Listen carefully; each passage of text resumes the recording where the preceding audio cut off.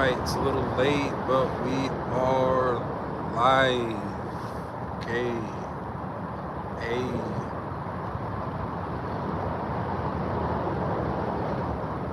So, looks like nobody's on. I know I'm a little late, so, oh well. No one joins. It is what it cheats. So, what this is men's mental health awareness. Like, I know a lot of guys, including myself, have a problem talking about, what's going on in their lives, just from day-to-day shit, from past trauma shit, from just, even just saying how you doing.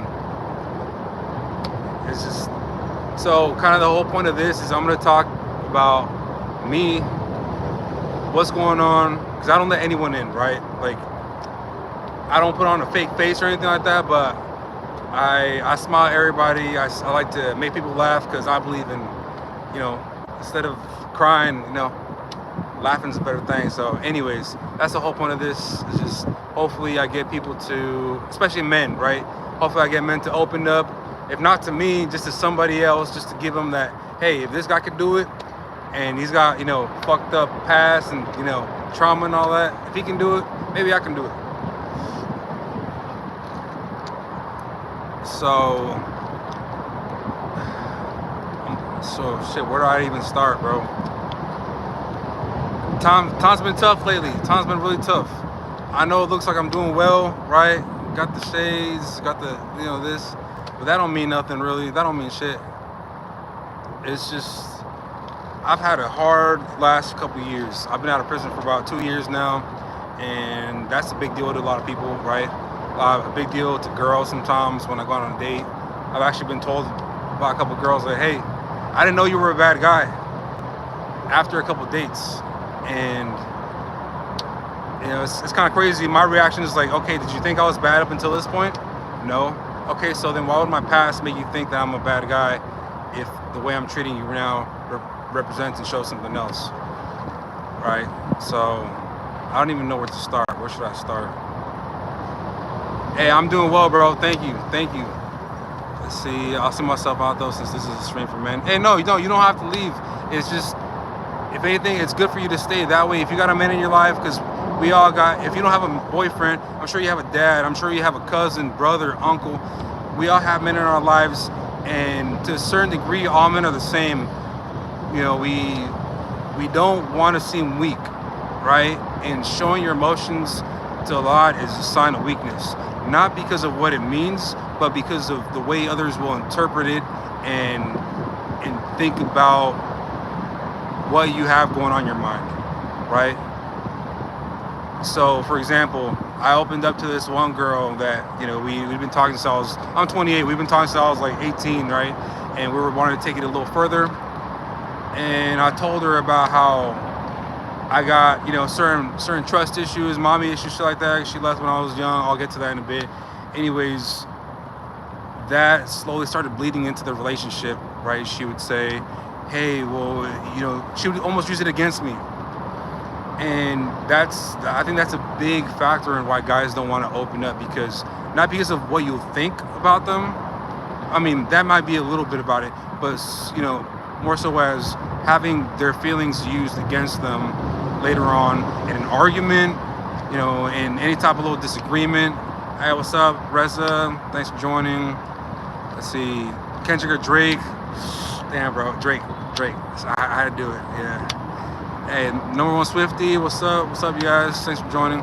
So, yeah, like I'm saying, is that men, that's the reason why most of us don't open up. I couldn't be on here sober. I got a problem with alcohol. I'll admit it. Can't show what I'm drinking, but it is what it is, right?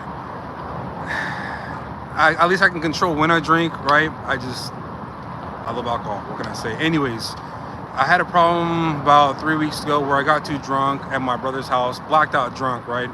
And I said a lot of shit, did a lot of shit. Oh, what's up, Reza? Go, shoot.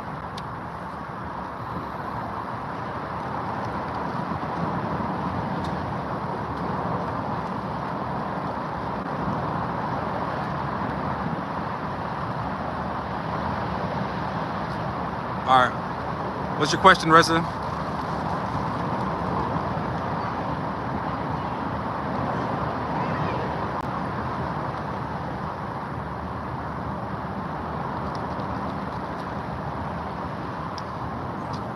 Okay, this is probably a long question, or you didn't hear me. All right, Reza, I'm all ears. What's up? What's your question? All right, while you type it out, I'm gonna talk a little more. While you type it out, I'm gonna talk a little bit more, and then once you post your question, I'll get back to you, okay? So yeah, so like I was saying, I was at my brother's house and got backed out drunk, and that wasn't my intention, but I said a lot of shit to everybody and my family, and pretty much they all cut me off for a little bit. They didn't want to talk to me, and understandably, I could, see where they were coming from. I made everyone feel like shit. So I'm a hard-working guy. I got an app I'm developing right now. I got a small business that I started about a year ago. I'm going to beauty school. I'm a guy fighting with the past that's followed me. He out. He dipped. It's all right. Hopefully Reza comes back, but if not, it's okay. Hey, if any of you guys ever have any questions, just let me know. I'll pause. I'll wait for you. If it's a long question, I'll just keep talking until you post your question. But if you ever have a question at any point, please let me know. Especially, this is not just for men. This is for women too. Like I said, we all have men in our lives that have issues. We all have issues, right? It's all right. I don't know how to pronounce your name, Leon Lee, but hey, thanks for sticking around for a little bit. Appreciate it. But yeah, we all have men in our lives that we all have problems. He looks gay. I look gay? Is that what you think? Jay Binks? Hey, well, for you, I might be. No, I'm playing. Nah. But yeah, so we all have men in our lives, and that's why this isn't strictly for men. This is for everybody, because even if you're not a man and you're watching this, you can learn to kind of not pry stuff from the men in your life, but let them know that, hey, it's all right to not let your guard down, but it's okay to let me in, right? I had an ex. This relationship lasted for a while, and when my dad was killed, I carried that with me for a long time. And you know what? I don't look like a man. I can't show you on the stream, but hey, I can show you something. But no, so yeah, when my dad was killed, my ex, she knew about it because her mom told her about it, right? I talked to her mom about it. I kept it in. I try not to tell a lot of people. There's a lot of details that not even my little brothers know, because I don't want them to know. He used to live in Mexico. He wasn't involved in anything, but my dad was murdered and kidnapped. A lot of shit happened to him, and unfortunately, I know. I gotta carry that shit. And so, there's a lot of us that I don't want someone to pry, like, hey, tell me what happened to you. Tell me what happened to you. No, I don't want anyone to do that. All I wanted from her was to, hey, it's okay. Whatever you're going through, it's fine. You know what I mean? That's literally all a man wants to hear. I don't want to hear, tell me now. No, because that's just going to push me away. Yes, my dad was killed. In September, it'll be 2 years ago. He was murdered. He was kidnapped out of his house in Mexico, and shit happened to him. Rest in peace. Shit happened to him, and unfortunately, I saw pictures, and I got called by the kidnappers asking for ransom money, and supposedly they said that I asked to talk to him, right? And my dad speaks English, and I told him in English, I'm like, hey man, tell me something I would know about you. Tell me something. And I asked him a question like, hey, what was the business that you had when I was a little kid? And he refused to say it, and he said, hey, they won't let me speak English, and I felt like that wasn't him anymore. So I thought they were just trying to get money after that. And they sent me pictures, and I seen pictures also from the corners or whatever the fuck they're called in Mexico. But yeah, there's a lot of shit I carry with me, and so she never once showed interest, but that's fine. But that's why that relationship didn't work, and to this day she still blames me for it not working out, right? And it's not that I'm not gonna say that I wasn't at fault, I guess, because I did get distant a little bit. I did feel, by myself, lonely, and I was hopeless, right? As a man, you want to, at least me, I like to provide. I'm a traditional guy, I don't let any women around me ever open the door. If you come out to eat with me, I'm going to pay. Even if you're my friend, my male friend, I like to be the guy that provides for my people around me, try and make my people, better, Hey, what's up, London? Thanks for joining. Right now I'm in the middle of a story about how my dad was murdered and how that affected my relationship with my girlfriend. And so, yeah, pretty much long story. I don't know if you're a guy or girl, but, as a man, we don't want people to pry, right? It's, for example, like this. If you ever want to know what your father is hiding, get drunk with him and you're going to find a conversation you're not ready to have.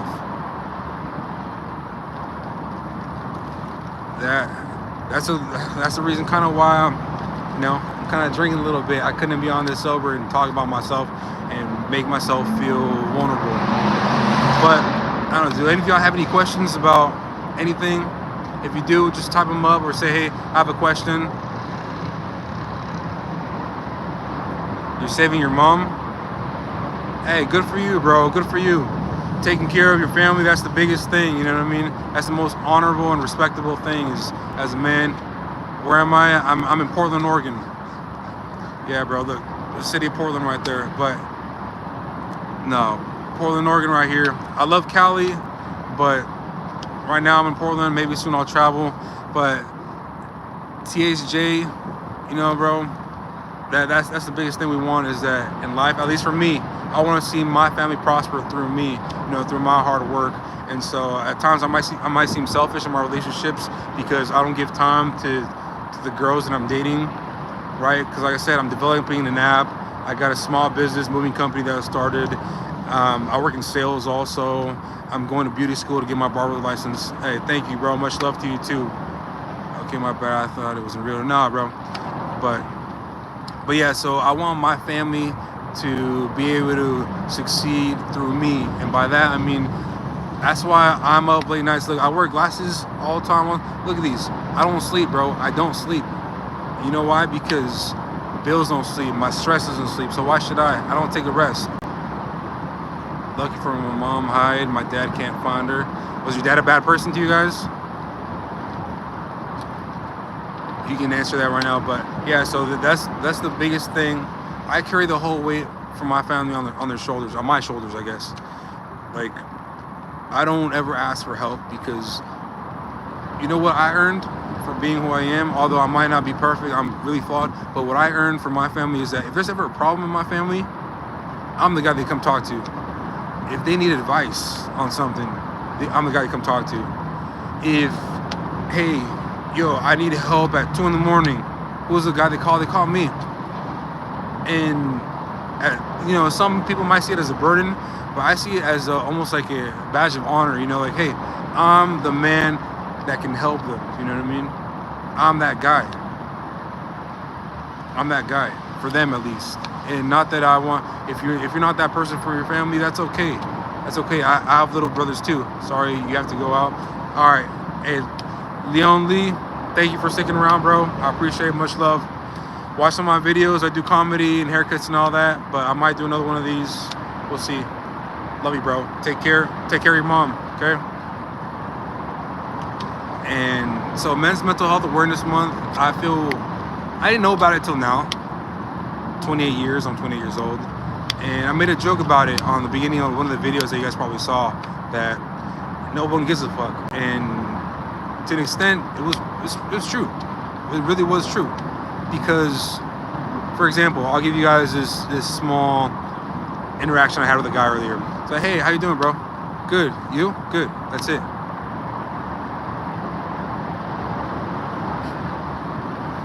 Thank you, bro. I appreciate that. I appreciate that. I've done some bad shit in my life, but it's all for the good of my family, and but I appreciate it, bro. I give you a twerk.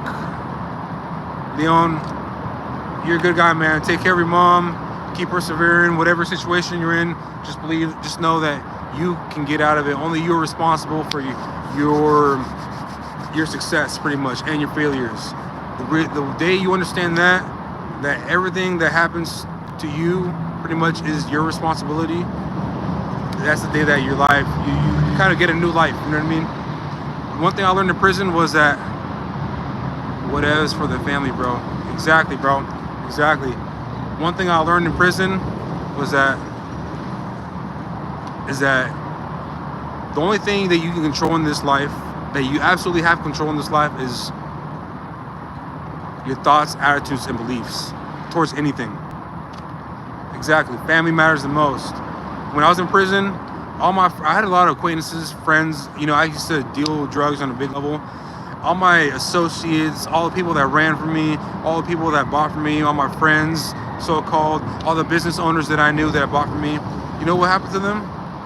No phone calls, no text messages, no nothing, no visits. The only person that visited me in prison was my ex, and that's why I will always be grateful to her. Although she did me dirty at the end, but I will always be grateful for that. And my family stuck around for me the most. My little brother, the second youngest one, he's the one that pulled the most weight.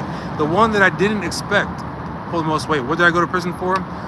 When I was 23, I got caught with half a key of coke. I live in Portland right now. This is Portland. I used to bring coke from Cali, and I distributed to, pretty much Vancouver, all over Vancouver, Bend, Lincoln City, that's the coast, Portland, all that. I'm not gonna say I was El Chapo, but you know, that did buy me this. Look, I got a 2022 Ram 1500. It got me this, you know, from the rainy day fund. It's not the most beautiful looking car, but I'm not on foot. And yes, I did, you know, I did my time for the crime, and I could have done a lot more. But you know what? I needed it. I needed to learn a lot from it, and I did. And the biggest thing, like I said, was I learned that everything that happens to me is my responsibility and because of me. And the only thing that you can control in this life is your thoughts, attitudes, and beliefs. That means is that if someone that pisses you off, you know, you're at a restaurant, someone pisses you off and says some stupid shit, you know, the way that you react and you take it, that's all on you, bro. Those are just words. If he comes at you trying to fight, okay, that's something else, right? But, or let's say with a girlfriend, you know what I mean? A girlfriend breaks your heart. Okay, so what? Are you gonna let her control your thoughts? Are you gonna let her control your attitude? Because life moves on just like she did, bro. And that's what I had to learn. I've gone through a lot of heartbreaks in the last couple of years. It's like, yeah, God's plan, bro. Honestly, I've been turning to God lately. You know, I'm not super religious. I don't go to church. I used to go to church, and what made me stop going to church was when I lived in South Carolina. I was 17. My biological mom, I lived with her, and she kicked me out twice because she felt like her boyfriend was uncomfortable with me there. This is my biological mom, and she left when I was 4. This is the second time I'd gone to see her, you know, to try and build something with her, and she left. I mean, not she left, she kicked me out. And I called the pastor at a church I was going to, and he said, I'm busy. Hung up. Ever since, I haven't stepped foot in a church. And I was resentful towards God, resentful towards religion, resentful towards the rest of the world. I already had a chip on my shoulder, and I've slowly, you know, been forgiving everybody, not for them, but for me, right? For me, because, no. So I was 17, I'm 28 now, and when I moved in with her, she told me I could move in with them. She was giving me a job. I was 17, working a summer job, and she kicked me out twice. I had nowhere to go, and so that's where that comes from. Her boyfriend was cool with me. We were cool, but the point is that she, you know, I turned away from religion because the pastor told me he was too busy to help me out when I was in the middle getting kicked out, and that's why I you know, stepped away from God and church and all that, because I was like, what did I do to deserve this? But now that I'm a lot older, I understand that shit happens for a reason, you know. Like you said, it's God's plan, bro. Like, I was lucky. I was moving more than half a key, and that's the only thing I got caught with. and I was facing 6 years in prison, but 28,000 for a lawyer and a year of fighting it. My man John Burgess is probably somewhere up in that building. John Burgess, you know, he made it happen, and I only did a little over 2 years, right? And so I'm thankful though, because that helped me change a lot, helped me mature, helped me learn a lot of things, and not take things for granted. I'm not the same guy as when I came out. I was a lot more grateful when I came out, and that's one thing that we take for granted here is being able to go out and get a burger at 2 a.m, being able to go and hug your mom, hug your brother, hug your sister, your father. You know, I did make a lot of money when I was doing drugs. I have a couple farms in Mexico that I have this truck that I was able to cash out, but you know what?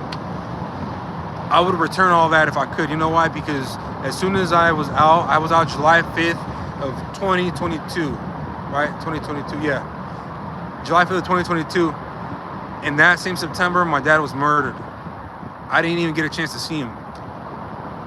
I got a chance to talk to him on his birthday, August 14th. 2 weeks later, I got a call from his kidnapper saying that they needed money or else they were gonna kill him. But I would give it all back if I could, just to see him, just to be able to spend those last 2 years with him. You know what I mean? Maybe I could have done something different. And that's a lot of the shit that I carry. Look, I'm getting goosebumps just talking about it, bro. Like, this is a lot of shit that I haven't told anybody besides my brother. No, I don't have my dad anymore. Sorry, bro. He was murdered almost 2 years ago. And thank you, bro. I appreciate it. It does suck, because if I think I'm a strong man, he was an even stronger man. I'm half the man that he is, and hopefully one day I can be the man that he was, because he taught me a lot. He was a wise man, and a lot of the beliefs I have are ideas that he instills into me as a kid. He was a single father of 2, and the biggest thing that he taught us was, you know, respect to get respect.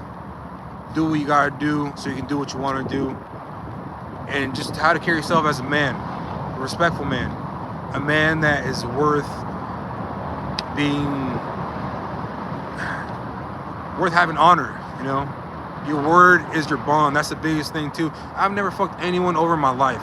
I've never stole from anybody. I've never robbed anybody. Even when I was doing selling drugs, I was known for quality over quantity. I treated it as a business. And anyways, you know, I miss him because I have no one to talk to. I don't. And this is why I wanted to do this, because as us men, once you lose your father, things change. If you don't have your father, I hope you have your mother. And if you don't have your mother, well, hey, trust me, I feel you, because right now I don't have either of them. But as a man, once you lose your father, you lose a part of yourself, a better part of yourself. Although they think that you're the better part of them, but you lose a guide. You lose your rock. He is the only guy I could turn to and ask for advice. I have no one to ask for advice now. If I'm going through a hard situation, you know what I do? I figure it out. It might not be the best decision, but I make the best decision I can with what I got. And I take care of everyone I can around me with my decisions that I make.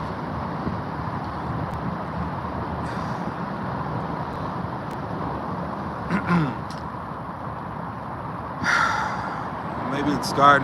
Maybe God needed him, and he's in a better place. I hope so, bro. I hope so.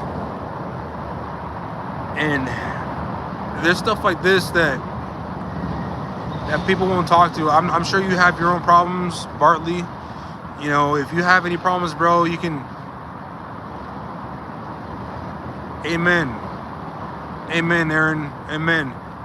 I'll get right back to what I was saying, Bartley. But the best quote from the Bible, the one that I memorized, is Jobs. I believe it's Jobs 43 or 44, when he says, when God says to Job, "Where were you when I created the earth? Where were you when I told the waves, your pride will come this far, and that's it." I know I'm misquoting it, but where were you when I made everything else? And so what gives you the right to question me? I know I misquoted that, and so if I did, please forgive me. But the moral of that is that although I've been away from God for a long time, and I'm not the most religious guy, but now I'm trusting God's plan. You know,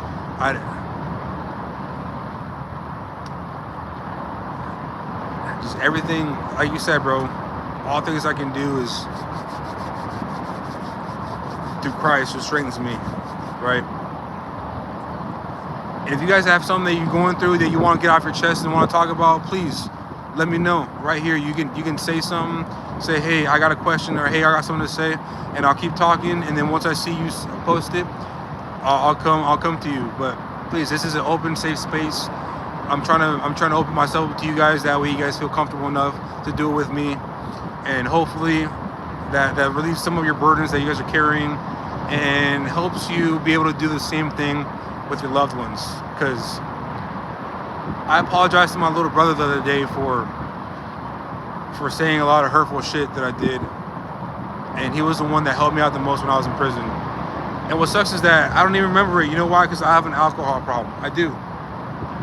It's not to the point to where I can't control it. I can, but at that time I blacked out and I said a lot of stupid shit. He didn't want to talk to me for a couple weeks, and it took me so much, although I love him, but it took me so much to go and apologize, and not because it was the right thing to do, but because I had no idea what I was apologizing for, but I knew why I was apologizing, if that makes sense.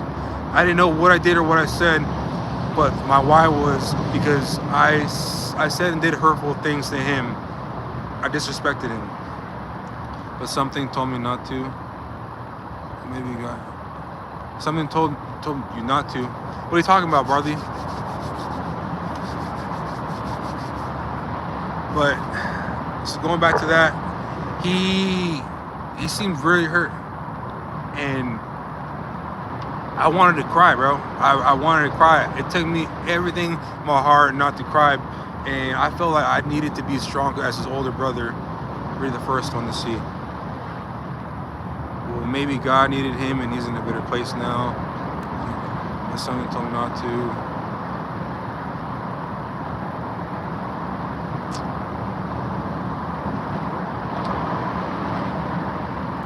Are you talking about how maybe God needed him and he's in a better place now? Is that what you're talking about, Barley? See, I'm going through the comments.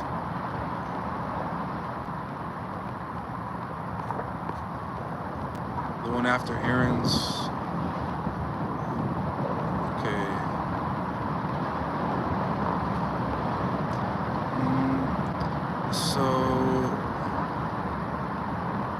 Sorry, bro. I don't see anything. So right here, I see. Well, God maybe needed him, and he's in a better place now. Then Aaron said, Philippines 4:13. I can do all things through Christ who strengthens me. Amen. And then he said, "You good?" Thumbs up. Someone told me not to. After the thumbs up. Okay. After the thumbs up says, but something told me not to. That's all I see right here, bro. I apologize if I'm missing something, but. See, but something told me not to. Do you still have dad? Hey, bro. Okay, yeah. Type it out, and you know I'm listening. And so everyone else, if you're just tuning in, I'm not sure if you're just tuning in or if you're still watching me, but like I said, if you got any problems, anything that you want to get off your chest, anything that you feel like you can't tell anyone else, bro, I'm a complete stranger, right? You guys can tell me. And I'll just keep talking about, you know, my experiences, and then hopefully that'll give you guys enough strength and enough courage to just say how you're feeling, right? And so, like I was saying about my brother, is that I knew my why. My why was to apologize because I hurt him, and I knew that I was in the wrong. But I just stayed strong for them, right? I couldn't break down and cry, and maybe I could have. Maybe that's still something in my head that I need to work out. How I can be vulnerable sometimes. I don't remember the last time I cried. Actually, I do. I'm not gonna lie. I was thinking about my dad. I just don't remember when. Nowadays, that's really the only thing that can bring me down. And look, I'm a big follower of Andrew Tate. All right, don't hate me, you guys. I hope you guys follow him. I'm not in line with everything that he says. I'm not a misogynist, but the things that he preaches about men should be strong. Men have to be strong. We have to take care of our family. That is in line with what I believe. And if it weren't for Andrew Tate, I'm a strong guy, but Andrew Tate's been essential to me staying strong for people around me. And I'm not gonna lie, at times I'm depressed, but I don't allow myself to believe that, because that doesn't bring me any good. That'll just hold me back. I get up in the mornings, I know my purpose. If I get up in the mornings and I'm like, fuck, we're doing the grind again. Have we seen any progress? You know, we're still in the same spot. Like, for example, I gotta be out of my apartment in 7 days, and I don't have my own apartment. Since I have a record, I can't get my own apartment. Just try to remember the lessons he taught you growing up, and don't hesitate to talk to him in your head. Hey, what's up, Anita? Mark, thank you, bro. Sometimes I wish I could, you know, even just have a dream of him or with him, because there's so many things I want to ask him. You know what I mean? There's so many things that I still feel like I have yet to know. So many things that he's been through that a little bit of his knowledge could help me. And the only place I look for that now is in God. You know, I'm not super religious, so this isn't like a religious cast or whatever, or video, but at least I got something to turn to, and I don't feel completely empty inside like I did before I started thinking about him. Anita, I know you're not a guy, but a lot of the things that I'm saying, hopefully you can take a little bit of it and help the men in your life. You know, I'm sure if you have a dad, a brother, a cousin, an uncle, a grandpa, a male best friend, somebody, us men, to a certain extent, we're all the same. Is that there's a lot of shit that we don't want to share, not for feeling like we look weak, but for the fear of it being used against us in a time of argument, in a time of disagreement. And yeah, looking weak might have something to do with it, right? And that might have underlying reasons. But the main one, at least for me, is that I don't want to open up to someone and then they have the whole book on me, and then one day they're gonna say, oh, that's probably why, you know, your mom left you. You know what I mean? You see what I'm saying? That's what stops me from opening up to people. Okay, hold on, Bartley. I know Bartley had a comment, so okay, I wrote it down. It should be above Anita's. Hey, Bartley. So look, I'm going through it, and bro, I swear there's nothing above Anita. So look, last thing you said, Bartley said no. Bartley said after the thumbs up. Bartley, then you said hold on. Anita said hi. Then it was Mark, and then Bartley, you have your most recent comment, said, okay, I wrote it. It should be above Anita's. So maybe there's something, an issue with your connection or something like that. But I don't have any other comment, bro. But hey, I'm here. I'm waiting for what you have to say. I promise. I'm gonna, even if the sun goes down, I'll wait here till what you have to say comes up, Bartley. Hey, Leon. Let's see. What else did Mark say? Start with just talking to him. If you're lucky, he'll come back to you in a dream. It's crazy how much an amazing woman can make us a better man. You know, Mark, I can't say that I feel what you're saying, because in my life, my mom left when I was 4, and I was old enough to remember that, and that's traumatized my life in the biggest way possible. Like, I've been able to get over my other fears. I used to be super. I used to have a big ego. I used to have a chip on my shoulder. It was me against the world, right? I didn't let anyone or anything else interfere, even if they had good intentions. Slowly, I've let people in. You know, it's been helping me with, you know, getting within relationships, right? Sometimes girls would feel like I'd abandon them, or like, oh, you don't let me in. And that's been one of my biggest problems. And it's because I don't know how to receive the kindness of a woman. And that's why I'm not gonna lie, I'm a player, and that's because I'm trying to find it. I'm trying my hardest to find that love or that connection or that kindness of a woman that everyone talks about, that love, that mother's love, right? Maybe I'm trying so hard to find it that's why I'm not finding it. Because all my past relationships failed. Like today, I just said farewell to this girl that I really liked, that I thought we had a good connection, but what she told me, she told me I was wasting her time. But I've been nothing but good to her, and it just, maybe it's me that I need to stop searching for something that I want and just let it come to me. But the thing is that I'm the type of guy that I'll say a prayer and then I'll go get what I prayed for. Like, I'm a go-getter. I'm not the one that lets stuff happen to me. I'm active. I'm not reactive. Let's see. Who else is here? Let's see. Yeah, it sucks giving someone the playbook to our life, but a coach can't teach without knowing the playbook. Yeah, bro, I know. Yeah, I need to be able to let myself be vulnerable. But I'll give this other example of this girl, right? I won't say her name. I was about to say her name. We just stopped talking not that long ago, and she said she wanted a baby with me, right? And I was all for it. I'm 28. I want to start a family.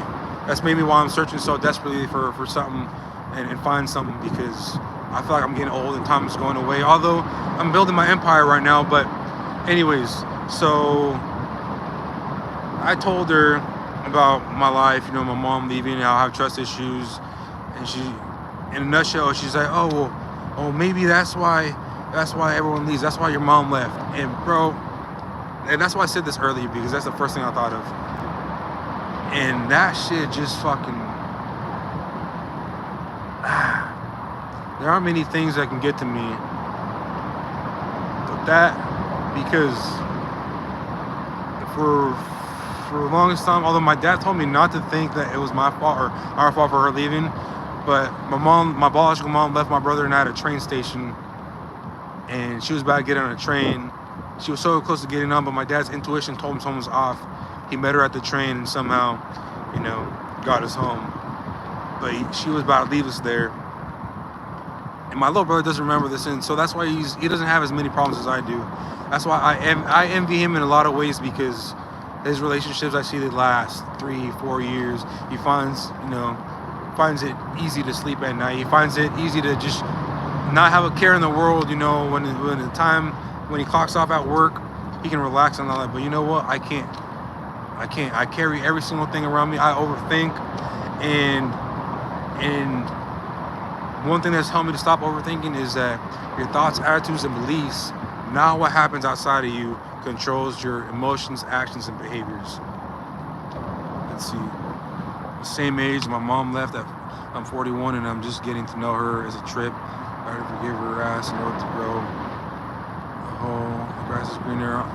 The whole grass is greener. Shit will ruin you. Shit will ruin our lives, bro. Dude, I'm so happy for you, bro. If it's going well for you, I mean, I'm sure it's probably a little difficult because you got a lot of questions. I don't know if you've already asked her, so why did you leave, right? I don't know if you already did or not, but I'm sure that's always in the back of your head after a smile or a laugh with her, right? Because it was with me. That's why I went to search my mom. I don't know if you were here for this, but I'll go over it again. I went and looked. I looked for my mom, and I lived with her for about a year when I was 17. She kicked me out twice, bro. Kicked me out twice, and I had nowhere to go, nowhere to turn to. I reached out to the pastor at the local church. He told me he was too busy, hung up on me. And so after that, it was like, fuck the world, fuck you, fuck this, fuck that, and a lot of nothing but pain, you know what I mean? But it's myself causing that pain, because I allowed them to have control over my thoughts and my attitude towards life. No matter how hard we search for no matter how hard we search for the right one, if it's God's plan, it will happen no matter what. My dad raised me and my two sisters, and as a single parent, because my mom wanted to get high. Still a struggle, was married, son passed away, got divorced, trying to rebuild my mental health so I can stick around for a while longer. Mark, you're 41, bro. You gotta at least double when you left, man. not a little while longer. Please don't say that. That's the reason why I wanted her to do this, because you know, you say you see a lot of yourself in me, and I see a lot of myself in these older cats that they're bitter and all that. But you know what? I want to break that cycle. I'm not saying that you're bitter, but I'm saying, you know, I want to break that cycle of, hey, I'm going to carry everything inside until I die. If I can't talk to those around me, well, I'm going to talk to you guys. You guys might be complete strangers, but I hope not. You know what? I hope after this, you guys somehow get my info and we can keep talking and you know, at least an outlet. And if you can't talk to me, talk to the people around you. Talk, you know, find a friend, because as much as people will say, "Oh, you should confide in your woman, your best friend," sometimes they're not ready for that conversation. And I'm sure, Mark, you probably know what I'm talking about. You know, once you let them in, their whole perception of you kind of changes. Like, whoa, you're that fucked up in your head.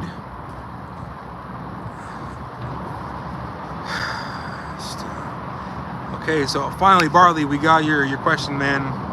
See, look, even despite of all my bad stuff that I'm talking about, and you know, this and that, you have to be able to smile, bro. You have to be able to roll with the punches.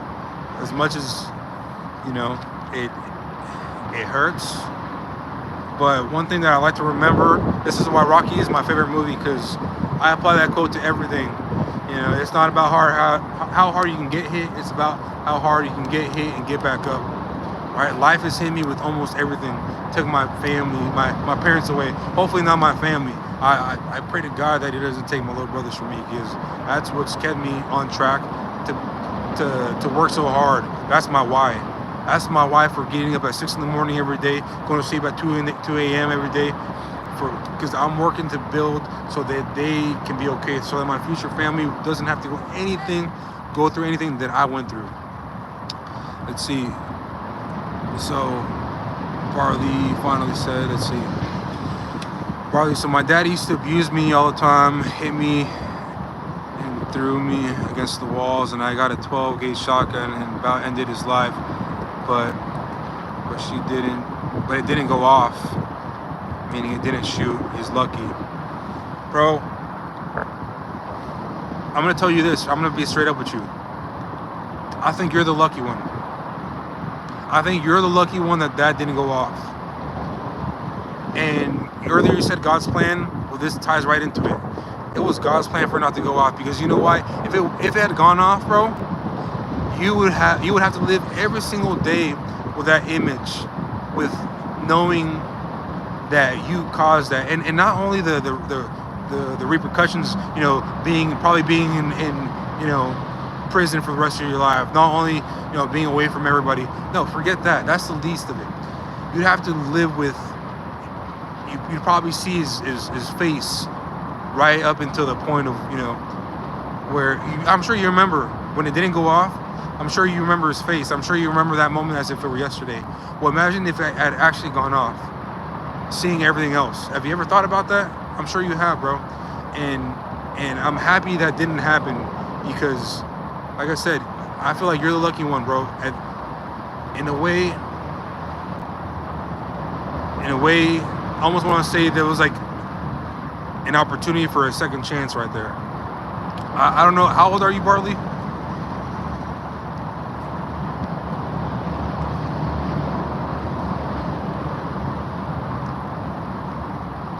Barley, how old are you?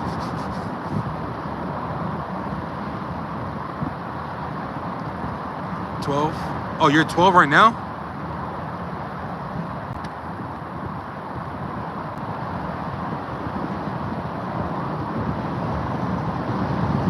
Oh wow, you're 12 right now. Okay. Wow, bro. If you're 12 right now, you know what? Then this is your opportunity for your second chance, bro. Because I'm really happy that didn't happen. You have no idea. Although I don't know you and you don't know me, but I'm extremely grateful that didn't happen, because the moment that you can learn from this and not only forgive him, bro, because like right now I know it's easier said than done, because I'm still trying to forgive my biological mom. She texts me every now and then, and out of courtesy I'll reply, and part of me still has that anger and resentment. Although I wasn't beaten by her, but a lot of that has affected my male life. In front of a damn family reunion in your house. See, bro, I'm sure there's if it was a family reunion, you have men in your life that you can talk to. Don't go to your aunt. Don't go to your sister or your mom. Go to an older uncle, the closest one that you find something in common with, the one that treats you as if you were his son. Go to him, and I promise you will be able to talk to him. And if not, bro, you can talk to me. You can talk to me. I'll give you my info. I'll give you guys all my info. You too, Mark, and Bartley. Hey, what's up, Beast? I'll give you guys my info, and I promise, I'm on my phone all the time, just because of work. But if you guys reach out to me, I'm gonna be there. But like I said, I'm really happy that didn't happen to you, bro, because in a way now you have a second chance. Right now you're starting to talk about it. I wish at 12 years old I would have been able to, have an opportunity to talk to someone like myself, right, and have a chance to get out of that anger and frustration that I had. Instead, what I did was I caused fights at school. I got expelled from elementary school, had to switch counties like 2-3 times. My dad is a single father, had to deal with it while he was going to school, trying to better himself. And at one point he was gonna send me to military school because I was just so bad.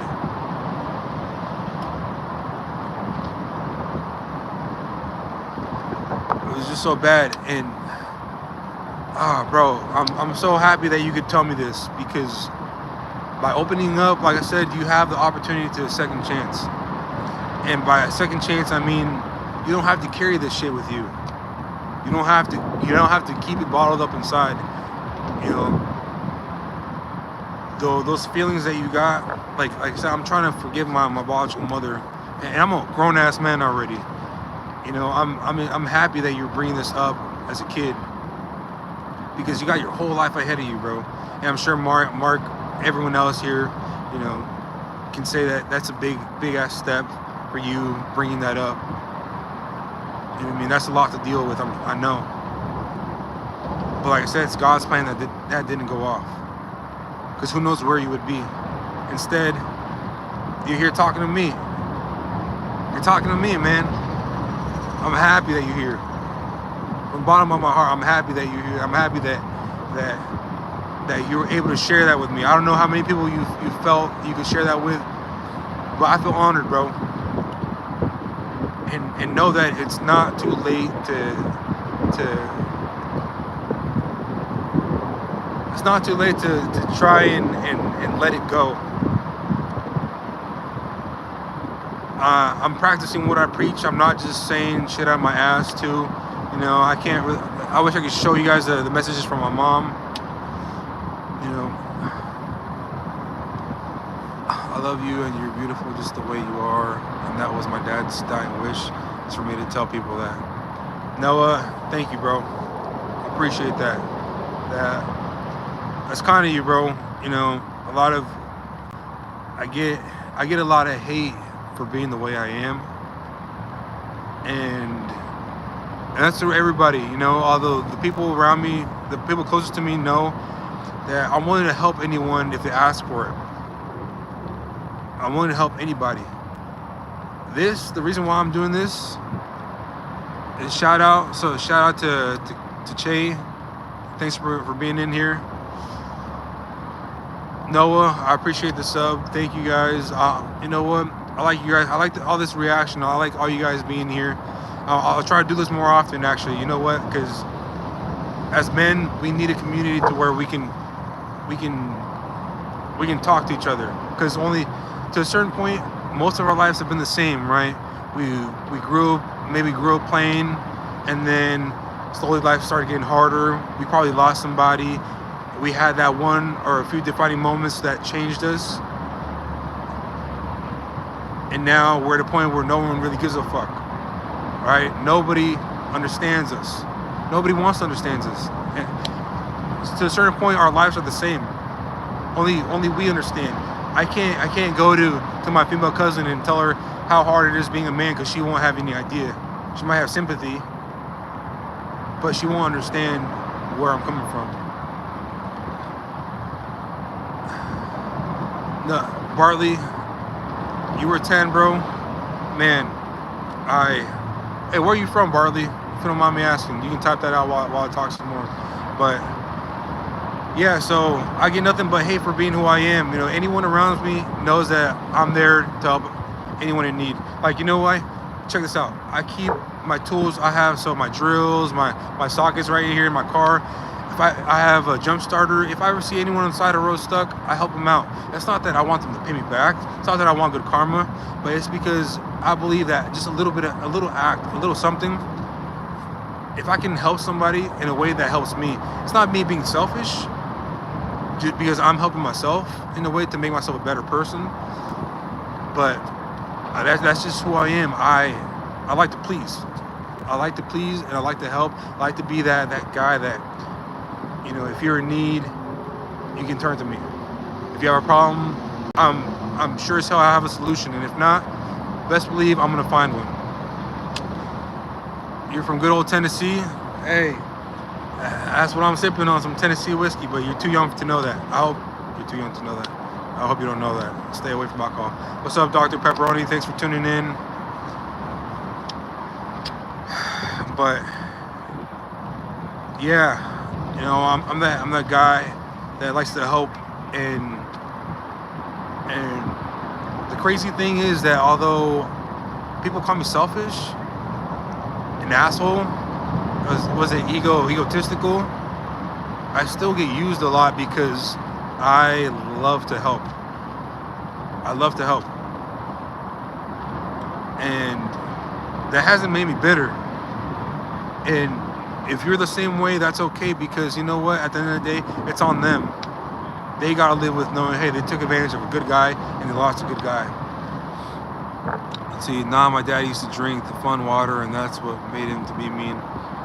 Yeah, bro. I'm not gonna lie, you know, that I've had a little bit of that experience. I was just talking about it earlier, like with my brother, and it's affected a lot, or some parts of my life. But it's given me, I don't want to say I'm relying on it, but I'm not gonna lie, I'm drinking a little bit right now. But to be honest, I've only had a couple sips. So it's not giving me courage at all. I could actually throw it away right now if I wanted to. But, okay, G-Dog, you have advice? Hey, shoot your question, bro. I'm going to keep talking, but best believe I'm going to be watching now for your question. Tell me whatever you need to tell me, whatever you want to share, whatever you have, you know, in your heart, and I'll give my best crack at it, bro. Hey, it was good, T-Swerve. Happy you guys could join. Hey, I'm really happy that my message is reached out to a lot of people. And like if you guys are new here, G-Dog, T-Swerve, Dr. Pepperoni, Beast, I hope you're still in here. Che, if you guys have any questions at any point, feel free to you know, type a message. Just say, hey, I got a question, and I'll be looking out for it. But this is a safe space, man. So I'm just rambling about like some of the things that have happened to me, and that others can identify with, and if they can't, you know, just to show them that I can be vulnerable. So hey, you can too. The only difference is that you have to find the right situation. You have to know time and place. You see where I'm at? There's nobody here. Yeah, there's a few people walking by. You guys are here, but because I set it up like that, I gave myself the time and place to be vulnerable. You can't expect to open up to a random stranger and say, oh, they don't want to listen to me, right? You can't do that.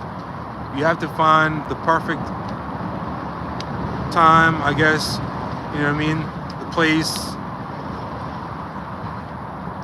You can't just open up to anybody, because not everybody's gonna know how to handle what you're telling them, especially depending on the severity of what you're trying to tell them, right? So if you've opened up to somebody in the past and they shut you down, please don't think that everybody's the same. Please don't think that you don't have somewhere to go to. Don't think that nobody cares about you, bro, because you guys matter. All of you matter, bro. Every single one of you matter. And I mean that from the bottom of my heart, bro. I'm getting goosebumps just saying it because I truly mean it.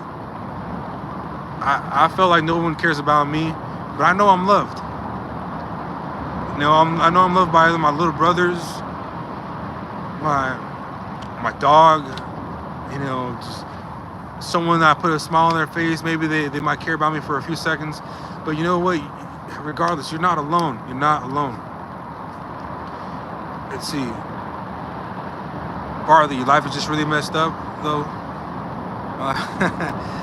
Hey, Barley, it's, bro, you and me both. You and me both. But like I said, I wish I had someone that I could talk to like you were talking to me right now. Although you haven't told me, I'm sure, everything that's on your mind, everything that's been burdening you. I can only imagine from what you've told me. But I wish, and I'm not comparing, right? But I wish I'd had somebody that I could reach out to, like in this situation.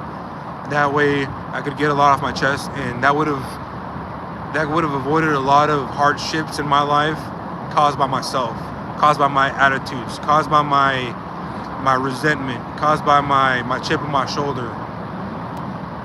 Let's see. Hey, G-Dog, I'm here to help, bro. Let me know what's on your mind. I'm gonna read Bartley's comments right now, but G-Dog, please, whatever is burdening you, whatever problems you have, I'm here to help and do what I can, bro. This is a safe space. Aldiraco, how's it going? Right now I'm about to read Bartley's comment. G-Dog, like I said, bro, I'm gonna be here until you let me know what's up. Okay, I'm not gonna leave. I promise you that. Aldiraco, hey, this is a safe space, man. If you have something on your mind that you need to get off, anything, it doesn't matter what it is, whether, I'll tell you straight up right now, I'll be vulnerable. Yeah, my mom left when I was 4. My dad got murdered and kidnapped 2 years ago. My girlfriend left me. I was homeless about 6 months ago. But now my life, I didn't give up. That's the biggest thing. I didn't give up. Maybe I didn't have anybody. Actually, I didn't have anybody. I kept the facade like, hey, everything's okay, and I kept working at it, right? And now I'm a little better now, but I'm still here, and that's what matters. And I'm glad that you guys are still here. So, G-Dog, whatever you have on your mind again, please, bro, let me know. I want to know. I want to help you. Darko, too, if you got any problems, bro, this is Safe Space as Men's Mental Health Awareness Month. Shoot, whatever you have, it doesn't matter what it is, how big, how small. There are no judgments here, okay? I mean, unless you're like little kids or something, then that's different. Not fancy. But for real though, there's no judgments here, bro. This is a safe space where men can talk to men about only how we feel, right? And only we will understand. So, let's see, Barley, and your parents are divorced, and that's good because I only have to see my dad so much, Yeah, for your safety. Yeah, no, Barley, I agree 100%. If it's really at that point, the best thing I could say is don't put yourself in that situation. Stay away from it. Stay away from it until you're older, right? Until you can take care of yourself, because you're still a kid right now. I'm not sure how big you are, how strong you are, right? But exposing yourself to stuff that's still happening like that can be detrimental to you, because instead of fixing yourself, right now you have the opportunity to fix yourself. Right now you have the opportunity to fix yourself, and by going, it's like, say for example, all right, you just get out of the water, right? You get out of the water, and you got no sand on you, but you go and step in the sand. Oh shit! I got a whole bunch of sand on me, and I'm dirty again. Fuck! Now I go back in the water. I'm clean. I'm clean while I'm in here, right? And I step back out. Fuck! I'm dirty again. I hope you kind of get that metaphor. What do? Maybe put some shoes on and you walk through that dirt. You walk completely around it. Something like that. So what I'm trying to say is that by dipping into or getting close to your dad still, that's not going to help you heal. If anything, that's going to cause more problems, more issues. One day it might actually happen, because like the Lord said, don't tempt, don't tempt me, something like that he said. Let's see. So Bartley, point, my mom won't even let him in the house, bro. I have to live with my grandparents, and that sucks. I did fit myself. I got baptized, and Jesus forgive me, bro. I'm so happy that Jesus forgave you. Oh, I'm gonna answer G-Dog's question right now, and then I'll come back to you right now, Barley. Hey, Kabu, I hope I said your name right, and if I didn't, I apologize. Kabu, that's my best attempt at pronouncing your name. My name is Ignacio. A lot of people mispronounce it, so I feel you if I mispronounce it, but I pray for you, brother. You getting a job, you're gonna get that job only if you worked hard for it, bro. If you didn't work hard for it, then, you know, you can't be mad. You can only be mad at yourself for not working hard enough for it. I'm praying for you, though. I'm praying that you did your best, okay? If you tried your absolute best, then you have nothing to fear. And if they don't take you, then that's on them, bro. That's on them. They're losing out on someone that tried their absolute best and gave their absolute best for a company, and that they didn't know how to value them. So I pray for you, bro. I pray that you get that job. G-Dog, you're gonna be a dad? Wow. Hey, congratulations, bro. I hope you see it that way. And I will tell you why. I hope you see it that way because I want that. That's what I want. I'm 28. I've gotten 3 girls pregnant in my life. They all aborted. They wanted to keep it, but my selfish ass didn't know how to, you know, be a man and handle it. And now that I'm a grown-ass man, love, it's almost like love isn't meant to be for me anymore. I'm looking so hard for something that I can't find. And now I feel so lonely. I look for it in all the wrong places. I'm not desperate, but it's almost like I am. I'm scrambling to find, you know, the one. And at times I just say, hey, maybe it's not meant for me, bro. So I want you to know that that's a blessing. Although I can't relate because I don't have a kid, but G-Dog, it's a blessing, bro. I hope, you know, I've heard that you can't really prepare for kids, but what you can do is prepare yourself. Make yourself the best man that you can, so you are the best father that you can be.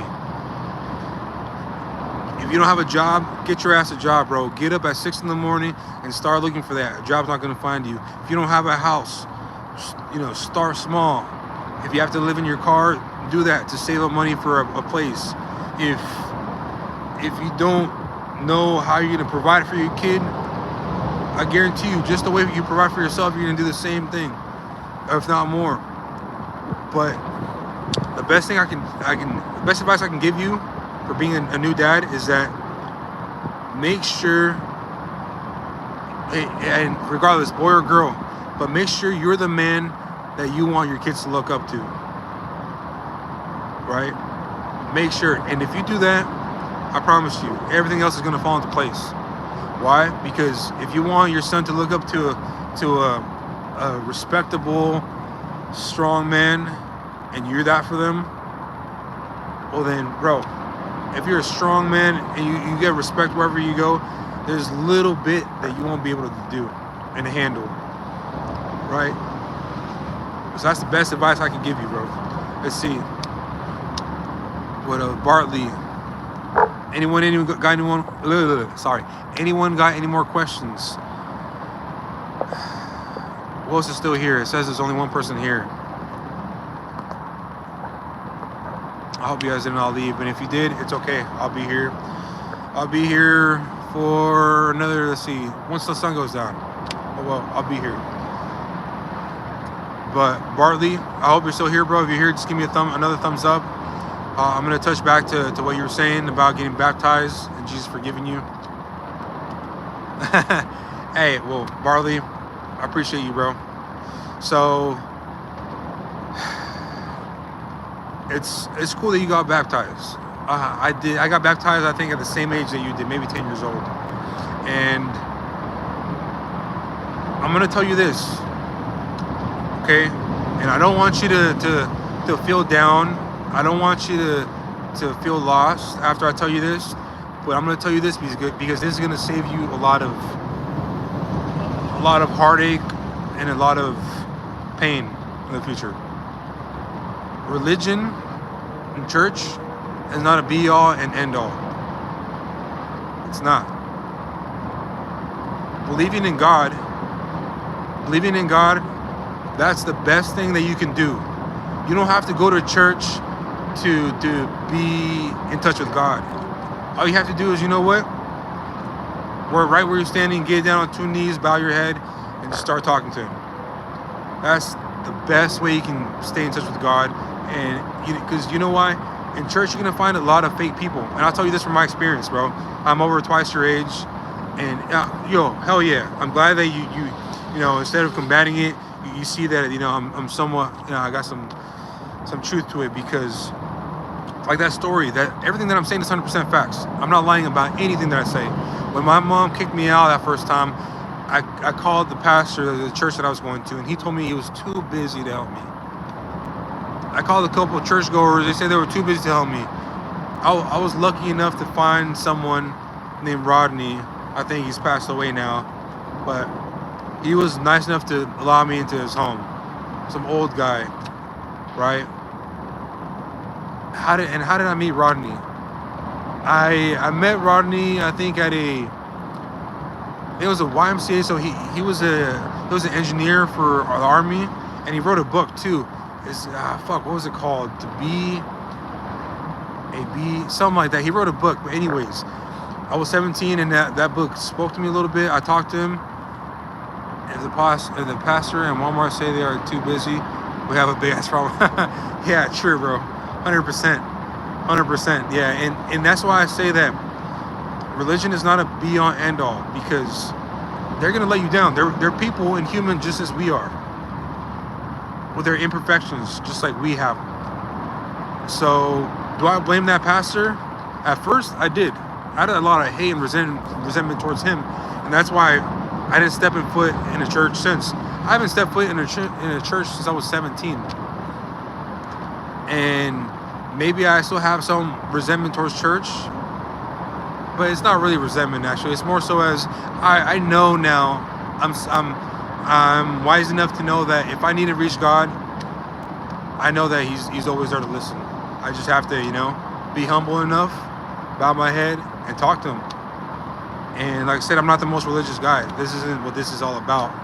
But I just wanted you to know that way, if in the future ever, you have the same scenario that happens to you, something like that, don't how you say, don't take it like I did, because that's gonna save you a lot of pain, bro. So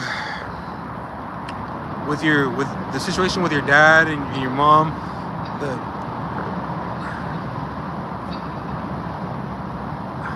best thing, bro, is just continue to try and better yourself. Baptizing yourself, that's one way, right? But I hope you watch Andrew Tate. There's some stuff that I don't agree with, like when I'm not gonna lie, I agree with most of what he says, but how he says it, like, oh bitch, get in the kitchen, I think that's funny. But as a man, I'm a traditional man, so I like to provide for the women in my life, and I expect them to reciprocate by doing the stuff that I don't do, right? Like, I will never have one of them pay the bills, but then I also expect them to, maybe cook some food, right? Or cook the meal, and I will help out. I will reciprocate. But I hope you listen to him, because he has a lot of core values that I have, such as a man must be strong. Let's see. Jay Banks, this man is still on here. Yes, sir. Yeah, I'm still on here, bro. Hey, Jay Banks, if you're gonna stick with us or not, happy to have you. If you got any questions, if you got anything that's burdening you, any problems, bro, this is a safe space. Don't feel like you're less of a man if you say something that's bothering you. But this is the whole point of this. Hopefully, the people that have joined, I've helped them a little bit. I know Mark took something away from that, and I'm happy. If you're not here anymore, Jay Banks, well then, I wish you the best of luck. But yeah, Barley too. If you need to go, bro, at any time, just say bye to me, please. Or here, you know what? Here, get my number down, bro. I'm gonna give you my number. All right, you ready? I'll give you. Oh wait, I know. 10, 15 seconds. I don't know if you have to get a pen or not, or you can write it down somewhere. But I'll wait another 10 seconds, okay?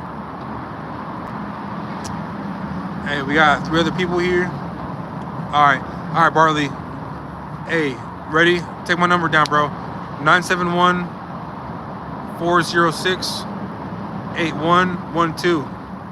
If you ever got any questions, bro, or you feel like you just need to reach out to me, I'm gonna be doing more of these because you know what? I like being able to talk to people that, you know, have problems just like me, and if their problems aren't just like mine, well, they have the same.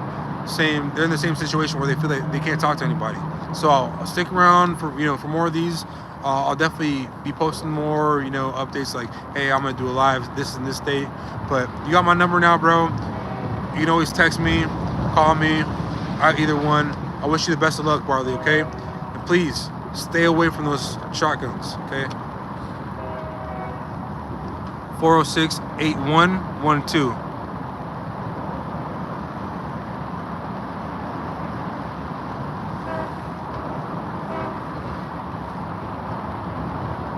Get it?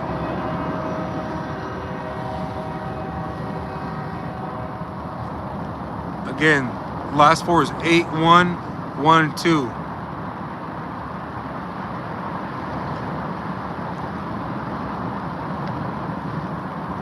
Well, Bartley, again, I wish you the best of luck, bro. I really do. I'm happy you got on here. That's a big step to self-improvement. It all starts with you, though. You gotta want it, okay?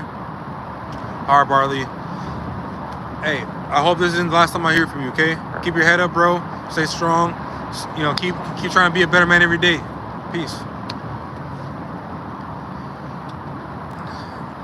All right, if anyone's on here.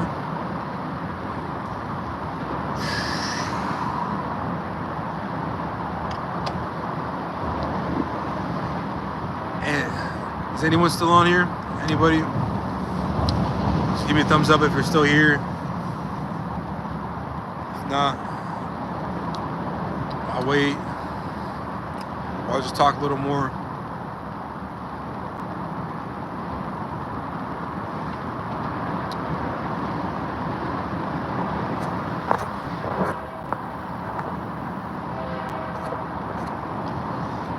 Well, I'm glad I was able to help all you guys answer some questions. This is a safe space.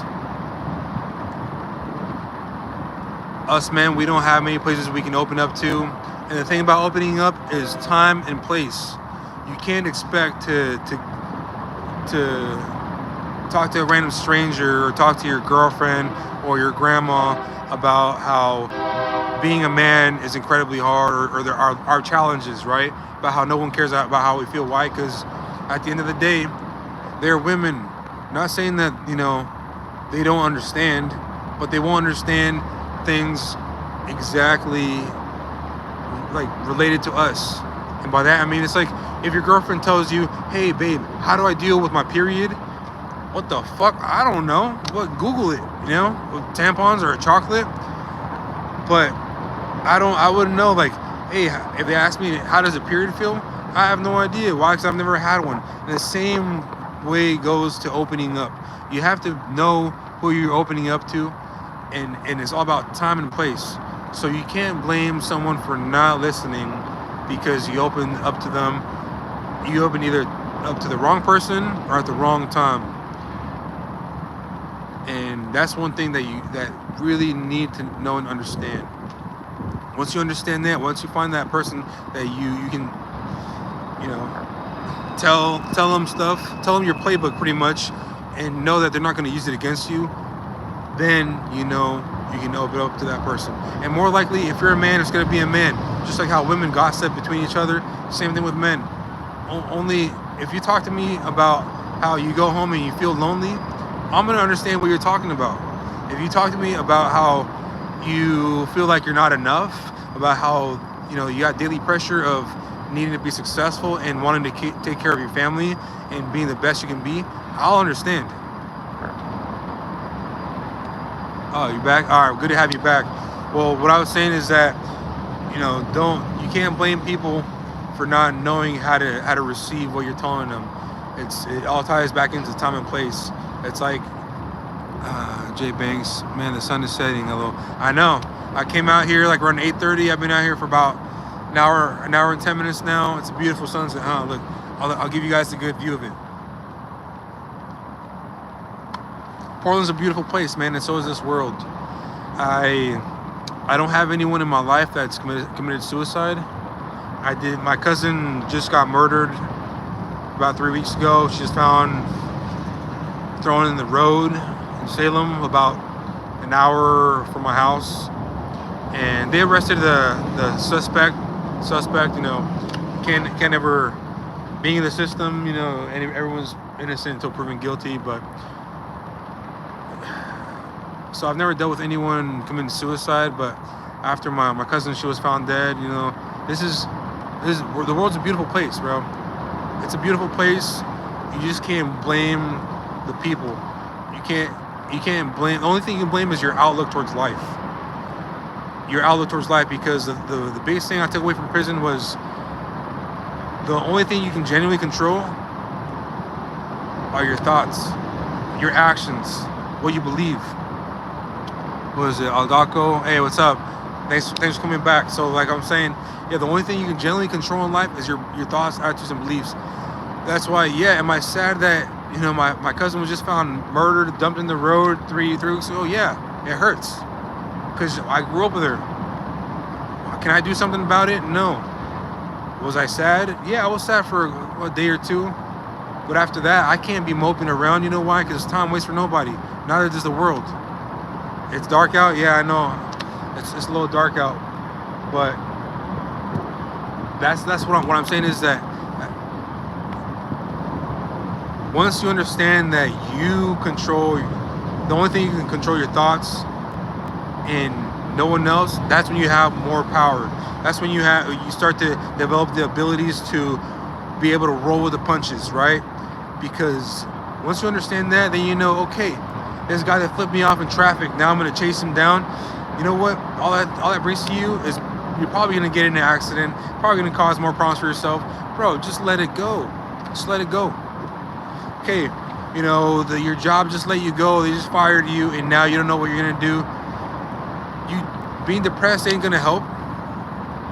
You'll subscribe. Thank you, Aldraco. I appreciate it, bro. I'm gonna be posting more about some more, you know, times that we can meet up. Probably a little earlier. That way, more people are available. Hey, love you too, bro. I'm not gonna send you a kissy face, but I love you too, bro. Generally, as a brother, I love you too, and I wish the best for you in any endeavor that you do. You know, keep your head up.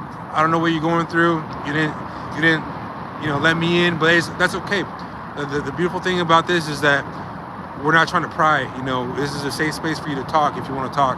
If you don't want to talk, you can just watch me talk and listen to what I have to say, and hopefully it gives you the strength and the ability to one day do the same thing. That way you don't grow up to be resentful and you know, and full of rage and anger like I was most of my life. It's definitely taken a big toll on a lot of my relationships. I think this girl at church, her mom doesn't want me to talk to her, and now she said it's my fault. She can't use her phone until she's 18. What? Were you sending her nudes? Hi, Aldraco. Yeah, good night, bro, and hopefully see you soon. Okay? Peace. This girl and me had a thing going on, and bro, it best you. Maybe that was a typo. Oh, you weren't sending your nudes? Okay, that's good. Yeah, I've been there before, done that. Trust me. Yeah, the mom didn't think it was funny, but so elaborate. Why? How come the mother doesn't want you to talk to her daughter? Is it because the mother sees you in a negative way? How do you carry yourself? Have you reached out to the mother and talked to her like, hey, you know, I'm interested in your daughter? So I'm a very traditional guy, and since a young age, I did that most of the time. I would go, you know, if I liked a girl, I would ask her out first, and then I actually met a few of their parents, and the way my dad raised me with to have respect, manners, and carry myself in a strong and positive way. That took me very far, especially in relationships with with parents. Parents love me for that reason, because I'm not a disrespectful guy, and if they see a father's or a man's, like, yeah, this is where I'm going with this.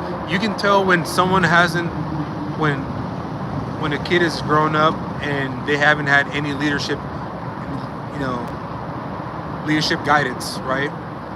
And so that's what parents look for. Like, hey, is this kid good for my daughter? Is this kid, what are this kid's intentions? And so maybe this mother just doesn't know you. Maybe if you approach the mother and said, hey, I really like your daughter. We have a lot in common, and my intentions with her are good. I want to be your boyfriend. I guarantee you're going to get a lot of respect from that mother. Let's see, some boy sent her something bad, and the mom blamed it on you since you text her most of the time. Bro. So, okay, that ties up to what I was just saying. So, communicate to the mother, tell her straight up. And that really is the best you can do. I mean, if the daughter wants to keep reaching out to you, she's gonna find a way, right? But if you want to be able to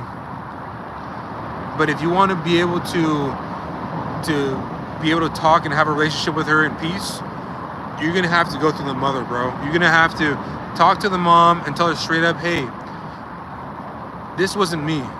I have nothing but respect for your daughter. I have feelings for your daughter, and she likes me too. And just come at her with your intentions. What are your intentions? You want to be your boyfriend? Tell the mother. You know why? The mother's gonna understand, because she at one point was a young girl that dealt with the same thing with her parents. Her dad probably didn't want her to have a boyfriend. So I promise you, mothers are the easiest ones to come at, in my experience, as as man trying to, traditional guy talking to girlfriend's parents. The mother's the easiest one to get to, because they understand that, just like her dad when she was a kid or a girl, her dad was uptight and didn't want her having a boyfriend. She'll sympathize. Xwell, can I look at your song? Sure, I'll check out your song, bro. I don't know if you can send it to me somehow, but I'll try and remember your name. Here, I'm recording this too, so you know what? I'll go back into it and I'll check out your song, bro. If it's cool, I'll give it a thumbs up. Even if it's not cool, I'll still give you a thumbs up and just, show some support. It takes a lot of strength putting yourself out there. But let's see, what'd you say? I made a move and said I love you, and it's kind of my fault. Okay, so hold up. Elaborate that on that a little bit. So you said I love you to her, and then who didn't take that kindly, the mom or the daughter? Because you said that someone else sent her a text, and then the mom blamed it on you, right? But now you're saying that you said you love her to the daughter, and it's your fault. So what do you mean? Does the mom not want you to be with the daughter because you said I love you? No, I know. I understand. It's the mom. Oh, I made a move and said I love you. Oh, shit. You said I love you to the mom.